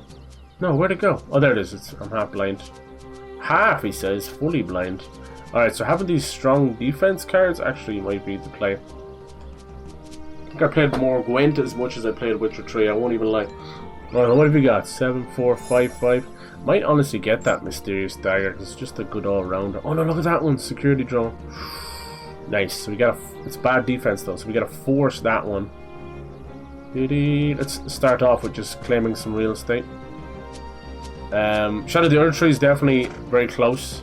I'd say this is my game of the year list, right? Top 5 maybe, probably for the best. Final Fantasy VII Rebirth, then Banishers, Ghosts of New Eden, then Black Myth Wukong, then Shadow of the Earth Tree. Now Black Myth Wukong only kind of edges out Shadow of the Earth Tree because it's new, but it has a lot of issues. It's not my game of the year. It's fucking invisible walls everywhere. People want to dick ride it because of their champion against woke and all this shit. It's now they're giving out about the Series S holding them back when we've got Indiana Jones on the Series S and Stalker 2, a massive open world game with no fucking invisible walls. Get over yourself. I love when a dev, and he's been a problematic guy, he fought with IGN, he's now fighting with other people. He said he wrote his game of the year. He's he's like a Western Asian man. Does that make any sense? He's completely brain-pilled, fucking brain-rotted. He's got that American entitlement to him, and I don't know what the hell that's about. It's where did you get that from? Get off the internet and make a fucking Black Myth Wukong 2. He's I wrote, just because I wrote this script, my acceptance speech 2 years ago means I should have won. It's what? Who the hell? Which titty were you sucking? You getting the wrong milk from the wrong mama when you were a baby or something, because you're not right in the head. Hey, proper, how's it going? Yeah, I hate that kind of sense of entitlement. Is Black Myth Wukong a great game? Hell yeah. It was made by a team, my friend. Not just you, you crazy, ego-driven madman. The quicker they get rid of that guy out of game science, which is the guys behind Black Myth Wukong, the better they'll be. I'm so serious. Like, he will destroy that company. Mark my words. Jeez, I don't get a lot of things right, but sometimes I call it as I see it, and it just happens to be that way. Suicide Squad was one of them, and I even bought it, but look, I only spent a $5 on it. I'm going to play that here shortly. Actually, I want to see. I want to see what a Deathstroke and all that's like. All right, so now we can lock this guy in place. So we'll beat him. You know, he'll probably turn the top one again. That's okay. I can deal with that. It's more important about locking that other one in place. He didn't go for it. Wow. Okay, so what we can do then, I might not be able to turn either of these guys, but we can still secure that space. You want to get that free real estate. Free real estate. Nice, he's going to get that. Oh, and I blocked him, so I will beat him by 1 point, and a win is a win. Nice. And I will take home the security drone. She a mother trucker. What's all this crazy stuff about these drones flying around? Why is everyone getting conspiratorial about it? Is that just people messing around? Let me see. Oh, yes. No. I wouldn't mind the mysterious dagger. It's a pity they don't show you a little brief summary of what the card is, because if you don't know the numbers for it, you'll forget which one to pick. There you go. So now we have sometimes you need a glass cannon and then a super tank at the same time. That's what I've done there. So now I have a card that is glass cannon and the other one's a super tank. Okay, let's see what this does. When we went in here, it created it's like a hall of doors, you see. I think what it actually is, man, that goes on forever. I think it's our fast travel. That's what I think. Nice, cool place though. Hell yeah. Props, you ever hear of this one? Proper loves fucking indie games, and he picks some great ones. Give him a follow if you haven't. I'll look into the stream VOD stuff, dude. What I do is, right, this is, ain't no big science to it. It unpublishes it. Wait, what? Oh yeah. It unpublishes it anyway because of that. And then what I do is I just highlight it. It cuts out a bit of the intro, and it cuts out any nonsense. It's really, I love Twitch's highlighter. It doesn't seem to compress or anything. It's great. It takes like anywhere like 2 to 3 minutes. It's one of the best. I wish YouTube would do that, but both of them are really backwards when it comes to on-the-fly editing. And you think in this day and age, the successes they've had, I've gone and done the stupid thing, haven't I? Yep, got myself trapped. Nice, and I don't. What does retreat do then? Last saved safe location. Same as dying, I guess. Nice that they did that.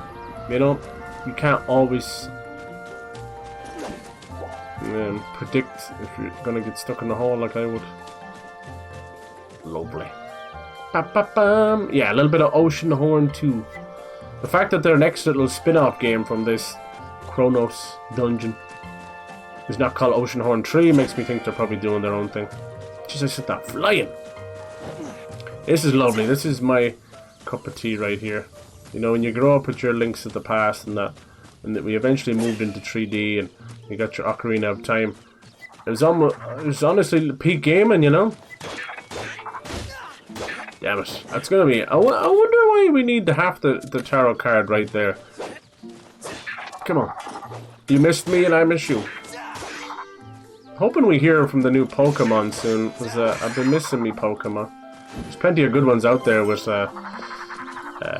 Palworld and Tetramon and all that. Monster collecting as a genre, there's something about it. You really want me to use this to send it off the cliff, do they? Get him, boys! We get one? That was the slowest momentum bonk ever. What's this thing here? Must be some kind of ancient species. Look at it. Looks like an Octorok or something. What does it say? Warden from ancient times. Definitely gonna fight one of them later. I wonder which game they took inspiration. Oh yeah, like definitely Zelda all the way. And Fable. And Zelda and Fable. I get a sense of Fable from music and lots of other little things. It's lovely. Yeah, there's no doubts about that. I don't think they even matter. Like, they don't hide away from it. Is that for my health? No, I think that's more of that. Power Shard. Flames of Ares. Attached to weapon. Small boost of damage. I don't know how the weapons work yet. Oh. Night Sword. It's melee use, you know, cadets, durable weapon. I get the feeling that I might get a new weapon soon. Special. Ooh. Wonder can you take off the shards though? Add a power shard. Will you lose it? Can you put it on there? Oh dear. Remove shard? Yay! Okay, cool. Well, then let's fire away, you know? Fire away! Speaking of which, does it set my stuff on fire? Ayah! Nope. Nice.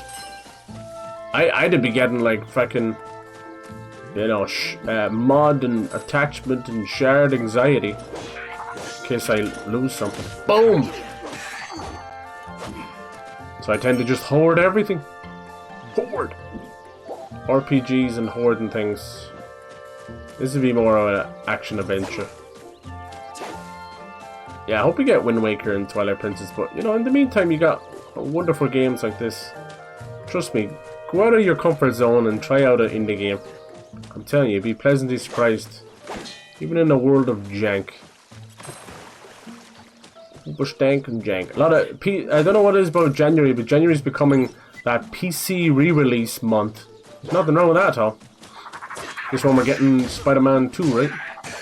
Spider-Man 2 on PC. Anybody pick that one up? It's very, very good, but if it means they put the first one on sale and you don't have that one, I would definitely suggest Spider-Man 1 over 2. 2 was cool. Tony Todd kills it as Venom, obviously. But, no, just too safe for me. Too safe. First game is absolutely banging. Insomniac didn't have Sony telling them what to do. It was just really fun. They pull off the Sinister Six in the first game. Like, that'll just tell you everything you need to know. I was really hoping that they would push on that and give us a Sinister 6 or 7 the second game, but not quite, unfortunately. This guy doing the hibbity-dibbity mid-air. Clearly from the ranged enemies, there's probably going to be a bow and arrow. We have a little gun right now, but it's a bit short-sighted. Looks like, more like Link than Link does. That's funny, I like that. Yeah, if you just put a little tunic on his head, you're dead right. Especially at the start of like Twilight Princess, where you're just playing as little farmer Link. He doesn't have his tunic or his hat or anything on. He really does look like that.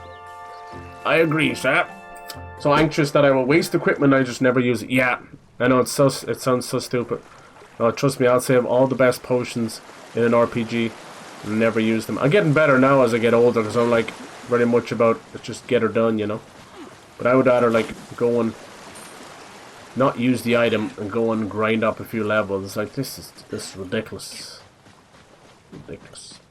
One thing I used to always do is like, you know, when you start an RPG or a game, they tend to give you like, here's 5 of this potion or 10 potions just to start off with. Here you go. You're welcome. Take it, love it. You're like, oh, that's so nice of you. Oh my god. And then I just won't use them because like, oh my god, you only gave me 5. I must conserve these forever. And then never use them. Make it to the next 17 towns and then end up with 15 high potions. Never use any of it. It is my cross to bear. I'll finish the whole game with full heals and never use them. Jace! And then on the other side of things, you have the goddamn games with over-encumbrance. Where it's the same thing, you want to hoard all that, but then they don't let you. What's down here? This looks creepy. Nothing, okay. There's not much more else I can do in here, so I have no way of breaking that wall. Maybe we can get like a blunderbuss. I was hoping that thing that said it added special. I thought it would add double fire maybe to my weapon. Not too much to ask, huh? Bada bing, bada boom. Oh yeah. Should be a huge year for everybody this year. Like every big manufacturer, every big studio. A massive year. These guys backing up all the time is annoying me because I know you're, God bless you, you're trying to load your next little thing, but I don't care. I don't care. Little move. Spider-Man 2, lack of villains. Sure, Kraven was great. Scream was there for about a minute. Yeah. Oh, Jesus, watch out for the spoilers. Sorry. Yeah, I get you. I get you. No, I agree, I agree. Kraven had that unfortunate Bane issue as well. Where you just big up this big guy and he kind of gets neutered. In a way. Anyone go see Craven movie? Not hearing great things about it. Then that Mufasa's just shite. But yeah, Wild Robot, huge. Nosferatu seems to be quite mixed. It's like, it's hard to hear from anybody that's just a movie fan. It's either the horny girls who wants to get fucked by Nosferatu, which is confusing. But such is life. You can't control these ladies and their fucking loins. The loins be burning.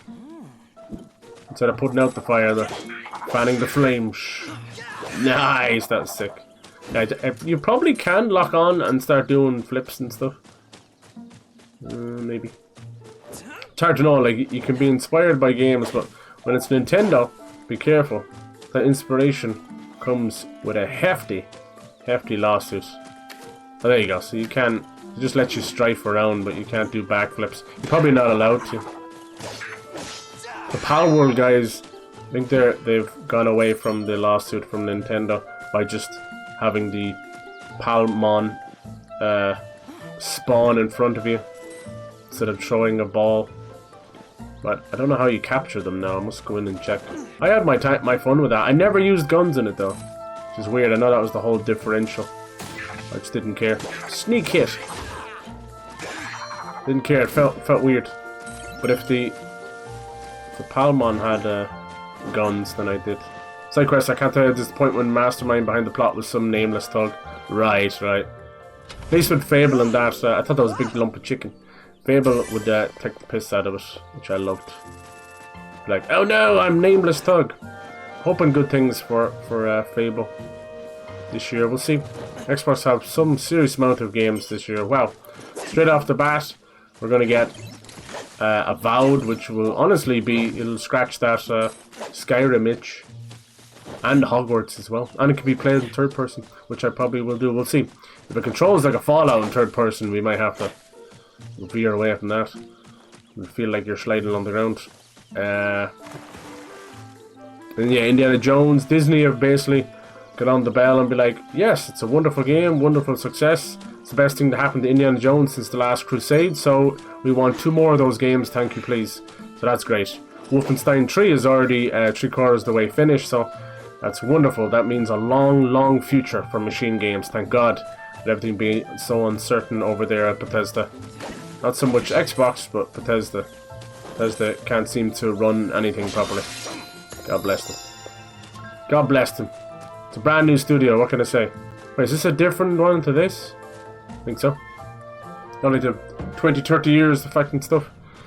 But they'll have a busy year, of course. I don't see anything going on with Elder Scrolls 6, but more and more news building up and rumors building up for the Oblivion remake, which should offset people waiting on Elder Scrolls 6. I wouldn't see anything from Elder Scrolls 6 till at least next year anyway. We shall see. That thing's been in full production for about 2 years now. But who knows? Starfield have another oh, it seems to be a boss in here. We'll have another couple of... Oh, it's a bigger version of that one. Your Lord Crimson? Oh my lord. Another expansion for Starfield. Look at this dude. That's so comedy. Just put a big crown on him. As I said, I see a little bit of Akira Toriyama vibes everywhere. Between the Ancients and... Ow. Meanie. It's a little bit late with the chest. You guys gonna drop some health now?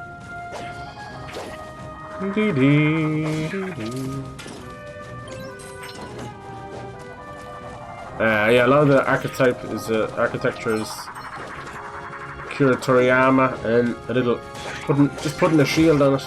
Dude, I am pressing or putting a crown on him. I'm pressing that damn shield button. Any of you guys gonna drop any health? Not a stitch of health, huh? Who hurt you? Skill shot! Is he summoning more? I swear I killed a few of these guys. Oh no, I'm stuck! Oh, that was close. I got 1 sliver of health. A lot of mercy. What are you trying to tell me? Damn, nice shot. No, rise up. What was that about? No heals at all. Not a stitch of health. Not even in the bushes or anything. How strange. expect a little bit, huh? Modicum. Come on now. Don't be mean. Commander Rhino suit would look dumb. Like something that looks infinitely dumber. Yeah, they haven't been able to get Rhino right at all. They had that Paul Giamatti in a Iron Man suit kind of thing, and that's as close as you're gonna get. It just doesn't work. It's just another one of those things that not everything has to be brought over from the comics. You know, try telling that to comic book movies. I'd seen Venom 3, that was the other Sony thing. By the gods, was that a pointless movie. Little fun moments in it, but just the whole thing's just so pointless. There we go, why couldn't you give me health last time? Flippers! You don't think he's gonna hit you, and then you get you. Oh, I didn't move there. It's just weird. It felt like it was like Tom Hardy making a Venom movie. It's one of those things I wish I didn't know he did the voice for Venom, because it just kind of fucking ruins it. He does ruin it. Tom Hardy, I don't know how he's still getting work, honestly. Rise up, rise. Oh, are you kidding me? No iframes. He's kind of devolved into a drunken stupor. He's basically like Vin Diesel, but doesn't have as good a makeup artist or whatever. Like you turning up to a movie with horrible stubble and a Hawaiian shirt, and that's the only thing you wear the whole movie. Like, I get that he's meant to be like living off the grid or retired or whatever.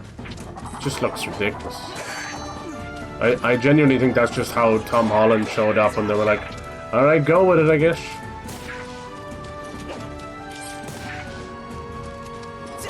Dee dee dee.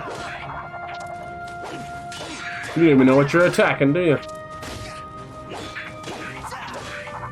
No, he doesn't use the shield quick enough. So it really can't be used as a parrying tool as much as you'd like. In Zelda it is not, but it's still fun. I'll take 20,000 if I can Zelda likes with the jank.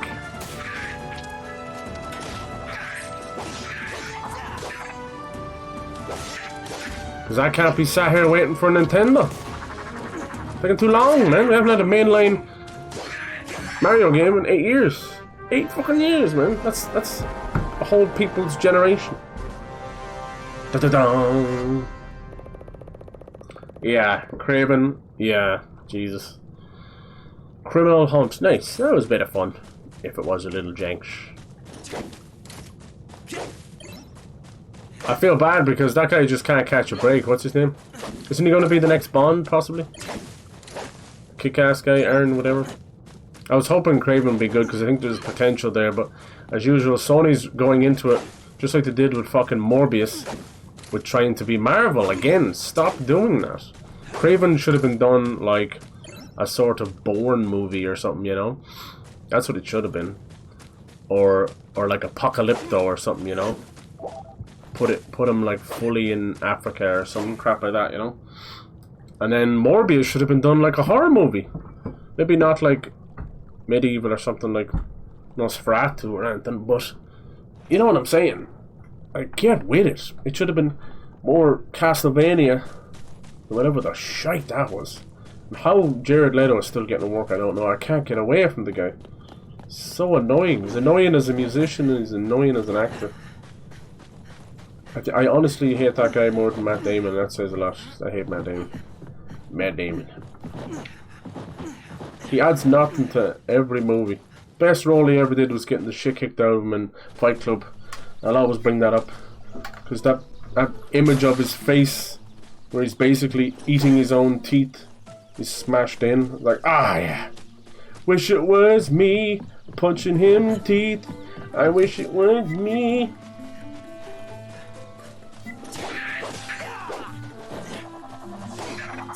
Best role in Fight Club is Robert Paulson Meatloaf.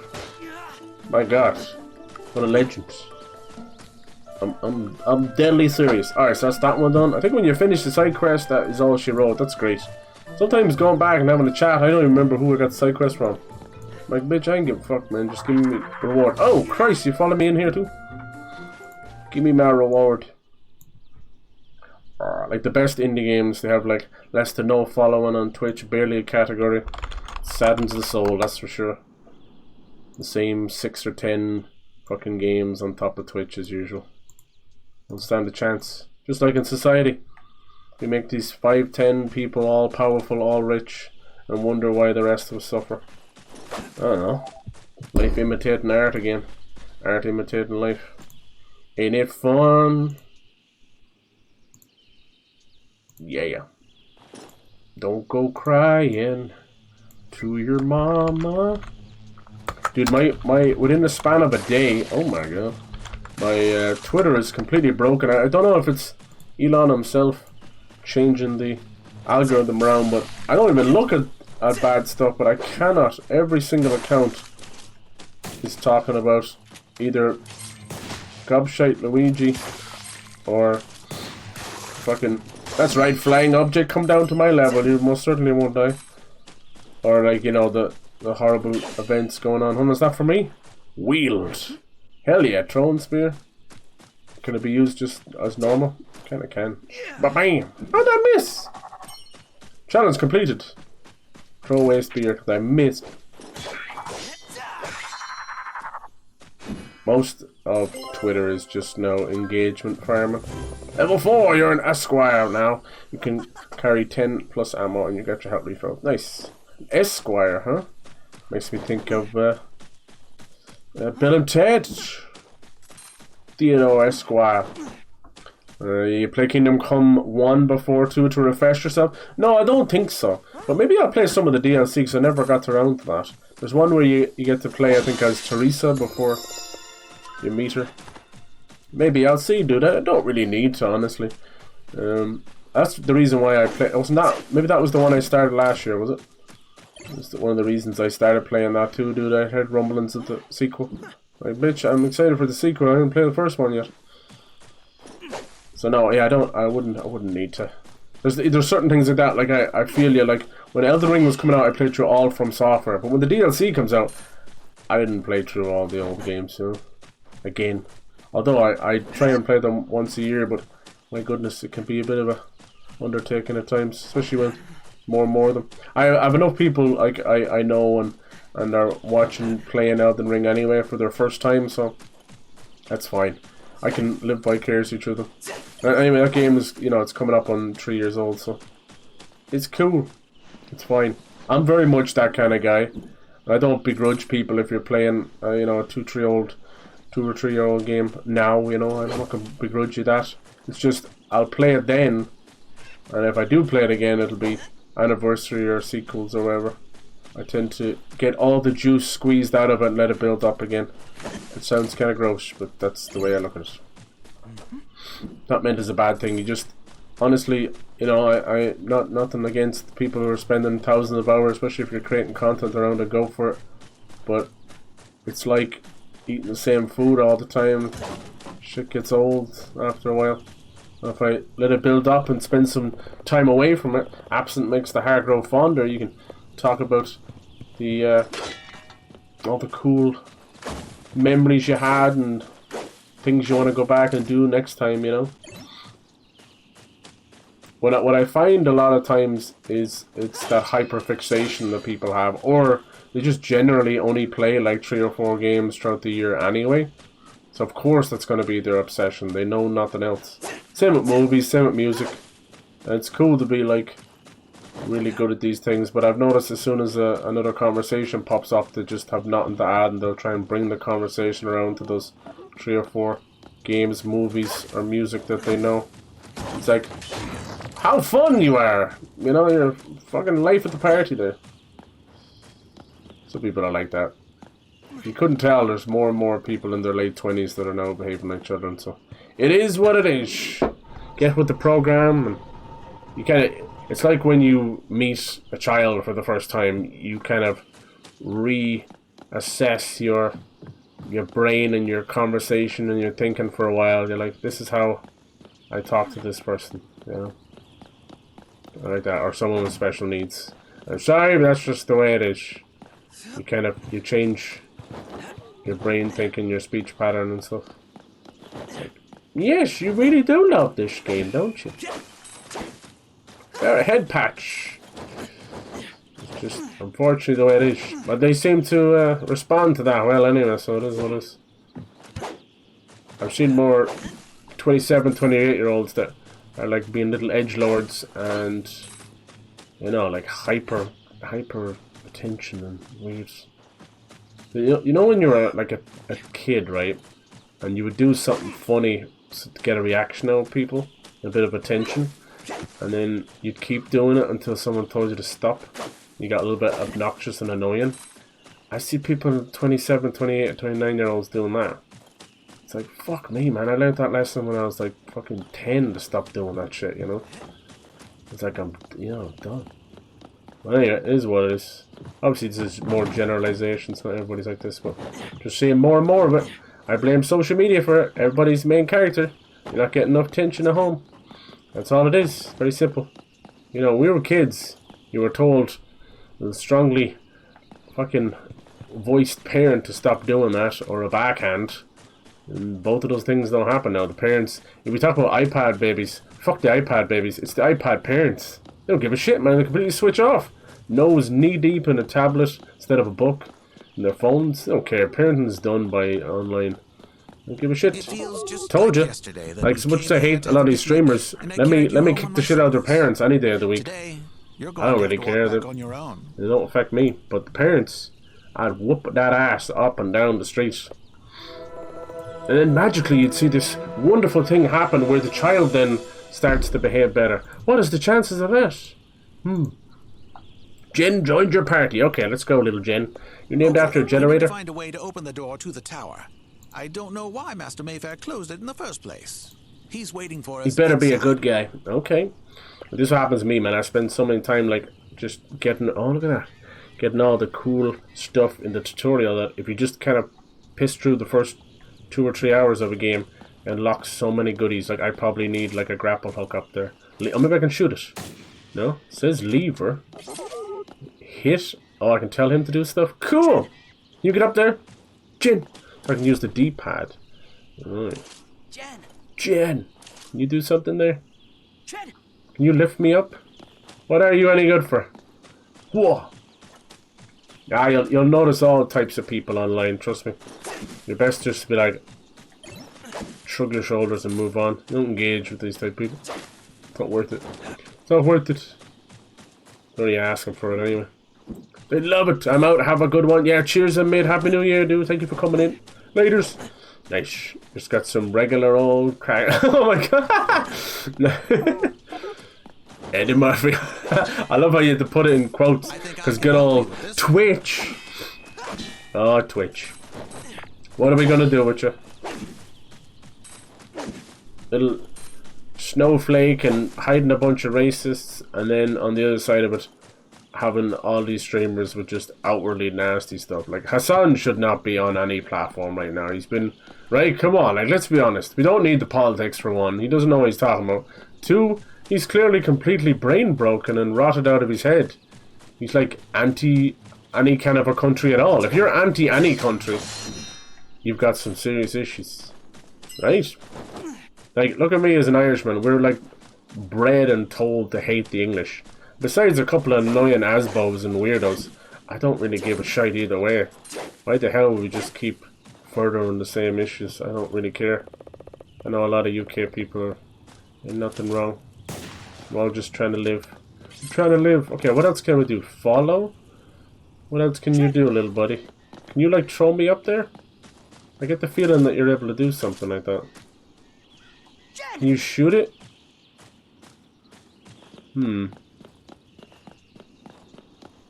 This is it's an awesome little game. I love it. Yeah, we get that part. I'm gonna have to have him stand on it while I'm there. Definitely a little janky Zelda. Nothing wrong with that. Come on, you little buddy. Look at him. He's not even really running. He's just sliding along. Up we go. Normally you'd be able to climb this, but for the for the sake of the game and a little tutorial they're trying to teach you here. Like you. Yeah, that'll be a huge game as well. Can you? Jen. Jet. Jen. Command a party member 10 times, okay. Jet. What else can we do, little buddy?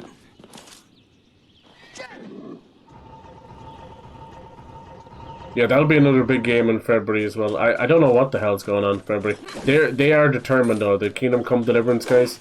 They are determined to put that in February. So they're releasing that. So it'll be early February. Oh yes. A game I've been looking forward to and there's just no sign of it. I don't know what happened to it. It's called The Precinct. And it's obviously about being in a police precinct. And it's kind of sort of top-down isometric, but it's like a full RPG. Like you can go from walking like the beat on a street, you know, all the way to like flying helicopters and stuff. Looks really cool. And obviously there's a lot of police simulators out there. There's one right now, I think it is just called like Police Simulator, blah blah blah blah blah, and it's really good. Like obviously they all come with their own jank, but I've been waiting for The Precinct because it has a cool story behind it. I love that side of stuff. I love a good like drama and crime game. I fucking love that stuff. Max Payne and L.A. Noire and all that. Give me more of that. So that could be cool. I think it's that one's set in the 1970s, and they've really got that Mean Street grittiness to it. Carry and throw objects. How do we open this gate? You think we're hitting this maybe? No. What's the story, Morning Glory? We're just walking into this? What's up, dude?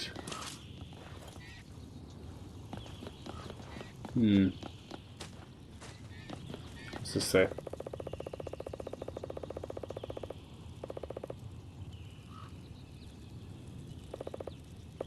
The radical menu, dude. Looks like we can have 2 companions at a time. That's cool. See, they're already iterating and changing things. I like little companion helpers. As long as you don't have to keep them alive. We'll see if he does help in combat. Maybe I can hit this with this. That'll do. Can't get him up there, but that'll do, little pig. Alright, cool. Yeah, I bought my sister as kind of more of a joke present because they're so dirt cheap. You can get DVDs for like 50 cents now. I bought her a crap ton of our favourite movies we watched as kids on DVD. All from VHS, you know, so definitely one of them was Babe. That's why when I quoted that there, that'll do, little pig, it just made me think of Babe. It was like Babe and Twister and Antonio Banderas, Mask of Zorro. I know these are pretty random, right? But that's what VHS is. Anyone else be like, no, we had like Disney movies and shit. What the hell were you watching? I was watching Catching Zeta Jones get her kid off in Mask of Zorro. Yes. If not longer. That explains so much.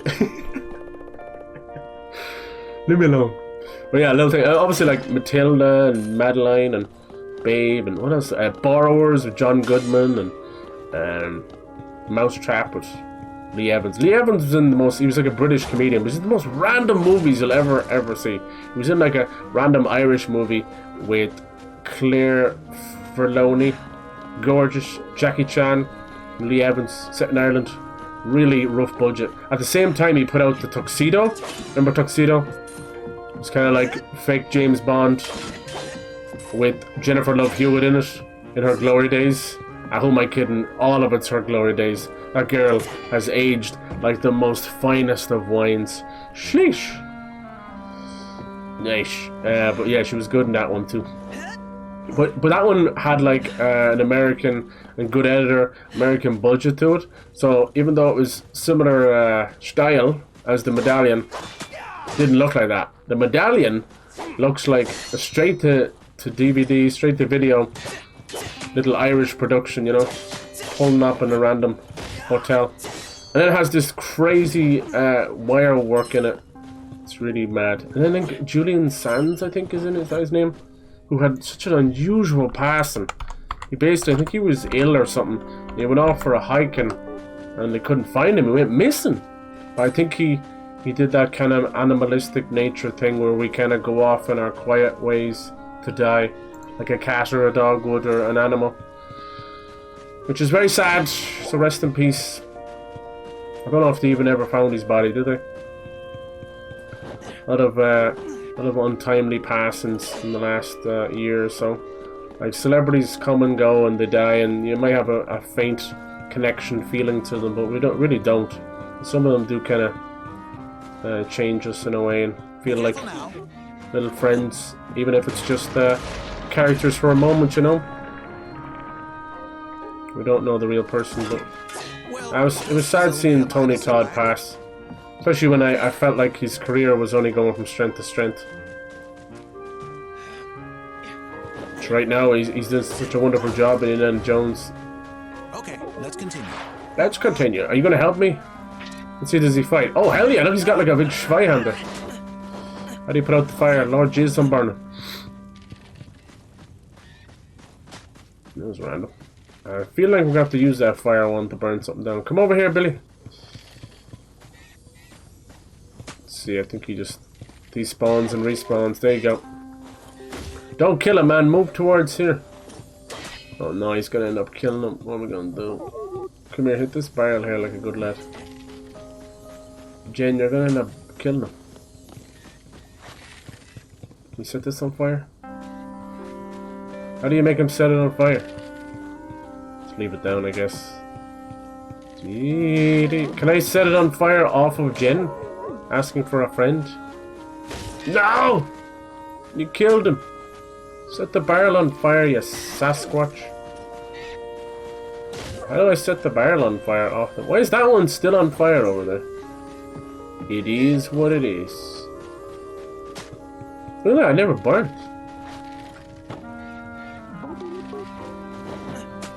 Dee-dee-dee. Run, boy, run. It's on fucking fire. Run, boy, run. Nice. Doesn't look like it's doing anything, but it is. At one point, Arcadian soldiers were stationed here. That was a bit clumsy, but we got her done. That's all that matters. Let's get rid of this guy. I am on fire. Get it. Haven't seen a Brother Bear remake. Everything else being remade. That is true. Like, you're asking the important questions, finally. How about live action Brother Bear? Would you be down for that? It'd only be about 4 minutes and 20 seconds. That's all it would take the live action bear to eat the annoying human that they put in the movie. There's no... Oh yes, we're going to get a new heart this way. Yes! That brings up to 4. Lovely. I love that there's like a weird little leveling system. That's cool. Nice. Means I won't die as much. Right? See, it does appear that I'm able to like set fire to some of these things. Because there's barrels here. Then I can't. Because that can be set on fire too. La la la la la. Gnarly, dude. Alright. Let's see how high he can throw this. I love this. The dungeons is just a good idea. Did he hit it? He did! He did. Not the greatest of fire animations, but look, sure, I've seen worse. I've seen miles worse. It's a small... Oh, Jesus, wept on a Saturday night. It's a small Finnish studio. Just happy to be playing what I have. They've done a lovely job. Why is it doing that? I don't know why it's doing that. I think they're loading the edge and the cliff edge at the same time. Sit down! Can you read that book? No? Sit down next to me. Then Assassin's Creed Shadows. Me personally, I don't buy into all this crap as usual, you know. And it, like, it's just a bunch of racists online trying to shit all over a game. That's what it comes down to. So I don't care. I'm gonna play the crap out of that and love it. Oh, I could have just walked up here. Oh! Sounds like me. See, I genuinely don't care. Like, there's already a chunky amount of lore around Yasuke. Whether he was a full samurai or not, it doesn't matter. At that point, it doesn't matter. Have you played their other games? They take a small bit of history and embellish it. They had freaking supernatural Pope Borgia, for God's sake. Grow the fuck up. Why does it matter now when it didn't matter for their 8 other games that embellish on history and religion? Because you're a bunch of fucking racists and you only see colour, that's why. That's why. You don't seem to give two shiny shits about the female shinobi, you know? There'd be less chance of there being female samurai and shinobi because we know how they treated women back then. It was more of, they were, you know, heard and not seen kind of thing. and geishas and stuff like that, you know. Master Mayfair's there. But whatever. Though it's actually a funny thing because over the last couple of years we've seen how ridiculous people of colour hate has become and racism, and Asian hate and racism has become, you know, it's become horrible thanks to social media and everything else in the world, you know. So now you have a game that is pitching both of these characters, both of these people from different cultures in a game, and the racists are like, oh, what do I do? What do I do? Who do I go after first, you know? Jackasses. Oh, they show their ass so much. If you want to see the scrum, the scraping the bottom of the scum battle, the scrum as I call it, of society, is find yourself a racist. Oh my god, they just can't think. They just complete Neanderthals, you know. The upper brows out here, smooth brain, flat head. They've still got the soft spot in their skull, underdeveloped. Idiots. And how dare they think that they can come into gaming and talk all that mad shit. Get offline and live your life, you know. Good lord. Fuck off down McDonald's. Get the hell out of my fucking gaming hobby, because you don't belong here. They do it just for hate baiting and content farming, because YouTube and Twitter pay people for impressions. Hate equals big impressions. We suck. I'm gonna play that game and love every second of it. You've got Naoe as an awesome shinobi, and then Yasuke coming in as a bull, as a tank, you know what I mean? Fuck yeah, I can't wait. It's gonna be so sick. And I can't, I'm so bad with Assassin's Creed, I can't help it. Abusive relationship. I hate them and love them in equal measures. I don't care. Shadow Maga. The only thing left Damn. of Shadow Maga was its mask. Oh. The young warlock picked it up. But there's Mesmeroth again. Okay, we're getting a bit of backstory. I better shut up. At that time, he took the name of Mesmeroth. See, it's very Fable. That's like Jack of Blades, man. People celebrated us as war heroes, but it was Mesmeroth who ended the war. Mesmeroth. Oh, I better not do bad voices. I screwed my voice up the other day doing that. Ooh, the grapple hook. Yes, please. Here, I want you to have this. It is my old caster. Yeah. You are a knight now. This game is awesome. This game is awesome, and it very regularly goes down to $10 on sale. So get it. Disney can't sweep in the rug, and I can't stand for that. In all your decisions. Dude, I almost read that as serious. Look at this guy's hair, man. He's holding on, wishing a prayer. One hair follicle in a dream, baby. Created by the best Arcadian mages. If you gather enough different materials. So yeah, so some games, if they hold on to February, they're gonna lose out. There should be enough useful material lying around. If Fable makes it this year, that'd be wild. But we haven't seen true gameplay. We saw snippets of it. But I will be doing, whenever that happens, I'm gonna do the whole trilogy playthrough. You know me, I love my marathons, and Fable 2 has become quite the, obviously it's the best one, but it's also become quite the little hidden gem. Everyone who knows it loves it, but you can't get it on Steam. You can't get it even on the Microsoft Store. It has to be through like weird Xbox means. It's so strange. I don't know why they did that. They remade the first game with Anniversary. 3 is widely available. They can't give that shit away. And it's not even that bad of a game. It just falls off at the end, in my opinion. Nice, the caster gun. Okay, cool. So this is like this game's version of a grapple hook or a hook shot, whatever you want to call it. Yeah, baby. I've been waiting for this. And I'll take this too, if you don't mind. What is that? A light? Fire spell container. Ooh. Okay. There is spells. I don't know how they were. They're there. So I had a heal spell. Flammable seeds. I assume maybe we can convert them. Look at his shield. That's so badass.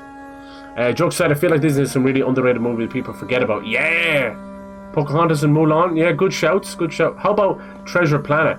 Classics, as opposed to classics like Cinderella, Sleeping Beauty, actually not very good. No, they don't hold up very well, and they're slightly racist as well. That's true. Because they're very old. The not Pocahontas, sorry. Pinocchio is very racist. It's like, Jesus! There's whole, like, sections. A lot of old cartoons are like that. And some of it was just sign of the times, but, you know, Walt Disney was always known to be a bit of a piece of shit anyway. As is H.P. Lovecraft, as we keep getting 90,000 games based on his work, and I'm like, Jesus Christ, lads, don't read his books, whatever you do. Anyway, 90% of it's all Cthulhu. I'm like, you do know he had his own hierarchy of giant eldritch gods, right? Anybody else? The only other game I've ever seen deal with other H.P. Lovecraft gods was the Sinking City with the Dagon. And I was like, okay, there we go, finally. Sinking City 2. We could reach my house from here. Could we? Sounds a bit weird.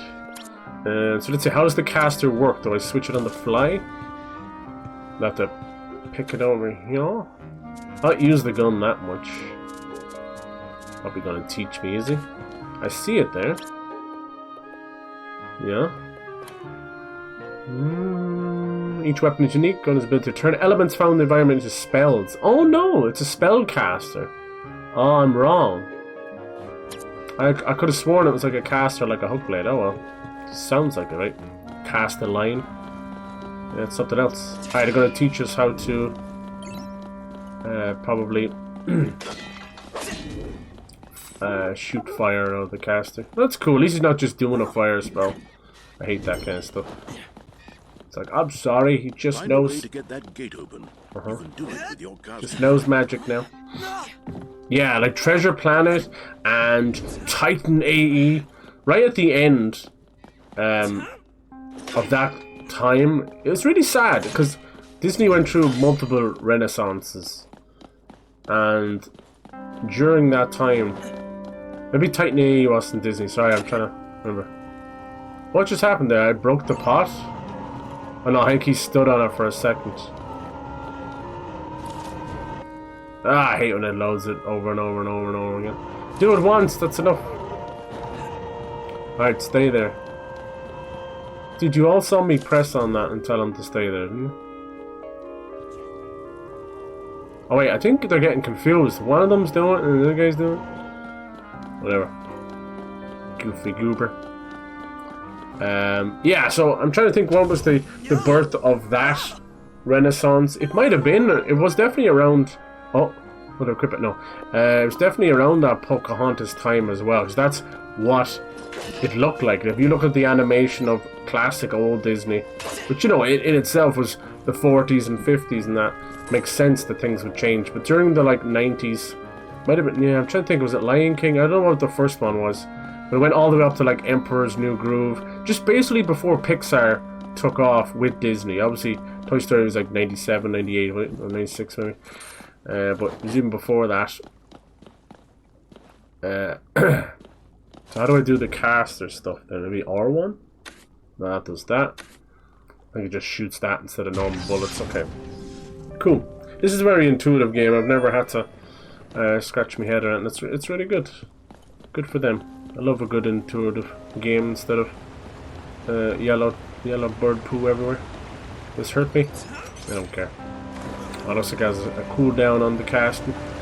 Makes sense. But yeah, you're dead right, dude. Too old now, it's that goddamn transatlantic accent, no one talks of that. The transatlantic. I wonder what that thing on the screen means. Be left over. I want to go through the Metal Gear Solid series this year too, and Tomb Raider's flying off, which is great. February brings in the Angel of Darkness trilogy, which should be hilarious. I wonder, can they fix it? And obviously Soul Reaver, we'll do Soul Reaver 2, maybe Blood Rain, we can do that. And then a lot of things are celebrating 10 years, like Bloodborne and Witcher and Arkham and all that. Nearly once a year I get the feeling like I want to do more, the whole Arkham series over and over and over and over and over again. It's very fun. But yeah, a lot of good things like that. So a lot of gameplay. I really want to do a little IRL. I want to do it somehow. How do I do it? With the better PC, so I want to do a lot of fun old garbage game nights, you know? Let's take a better look from the top of my house. Oh.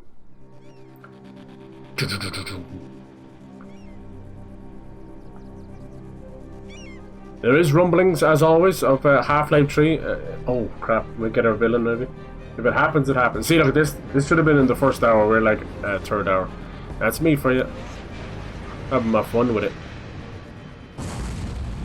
So we get to meet our little friend. The female friend seems to play the flute. Awful lot, like Ocarina of Time. It looks like she's crashed into Warden Woods. You've got to save her. You got to do it. Okay. Take the shortcut behind my hut, and hurry! Don't tell me what to do.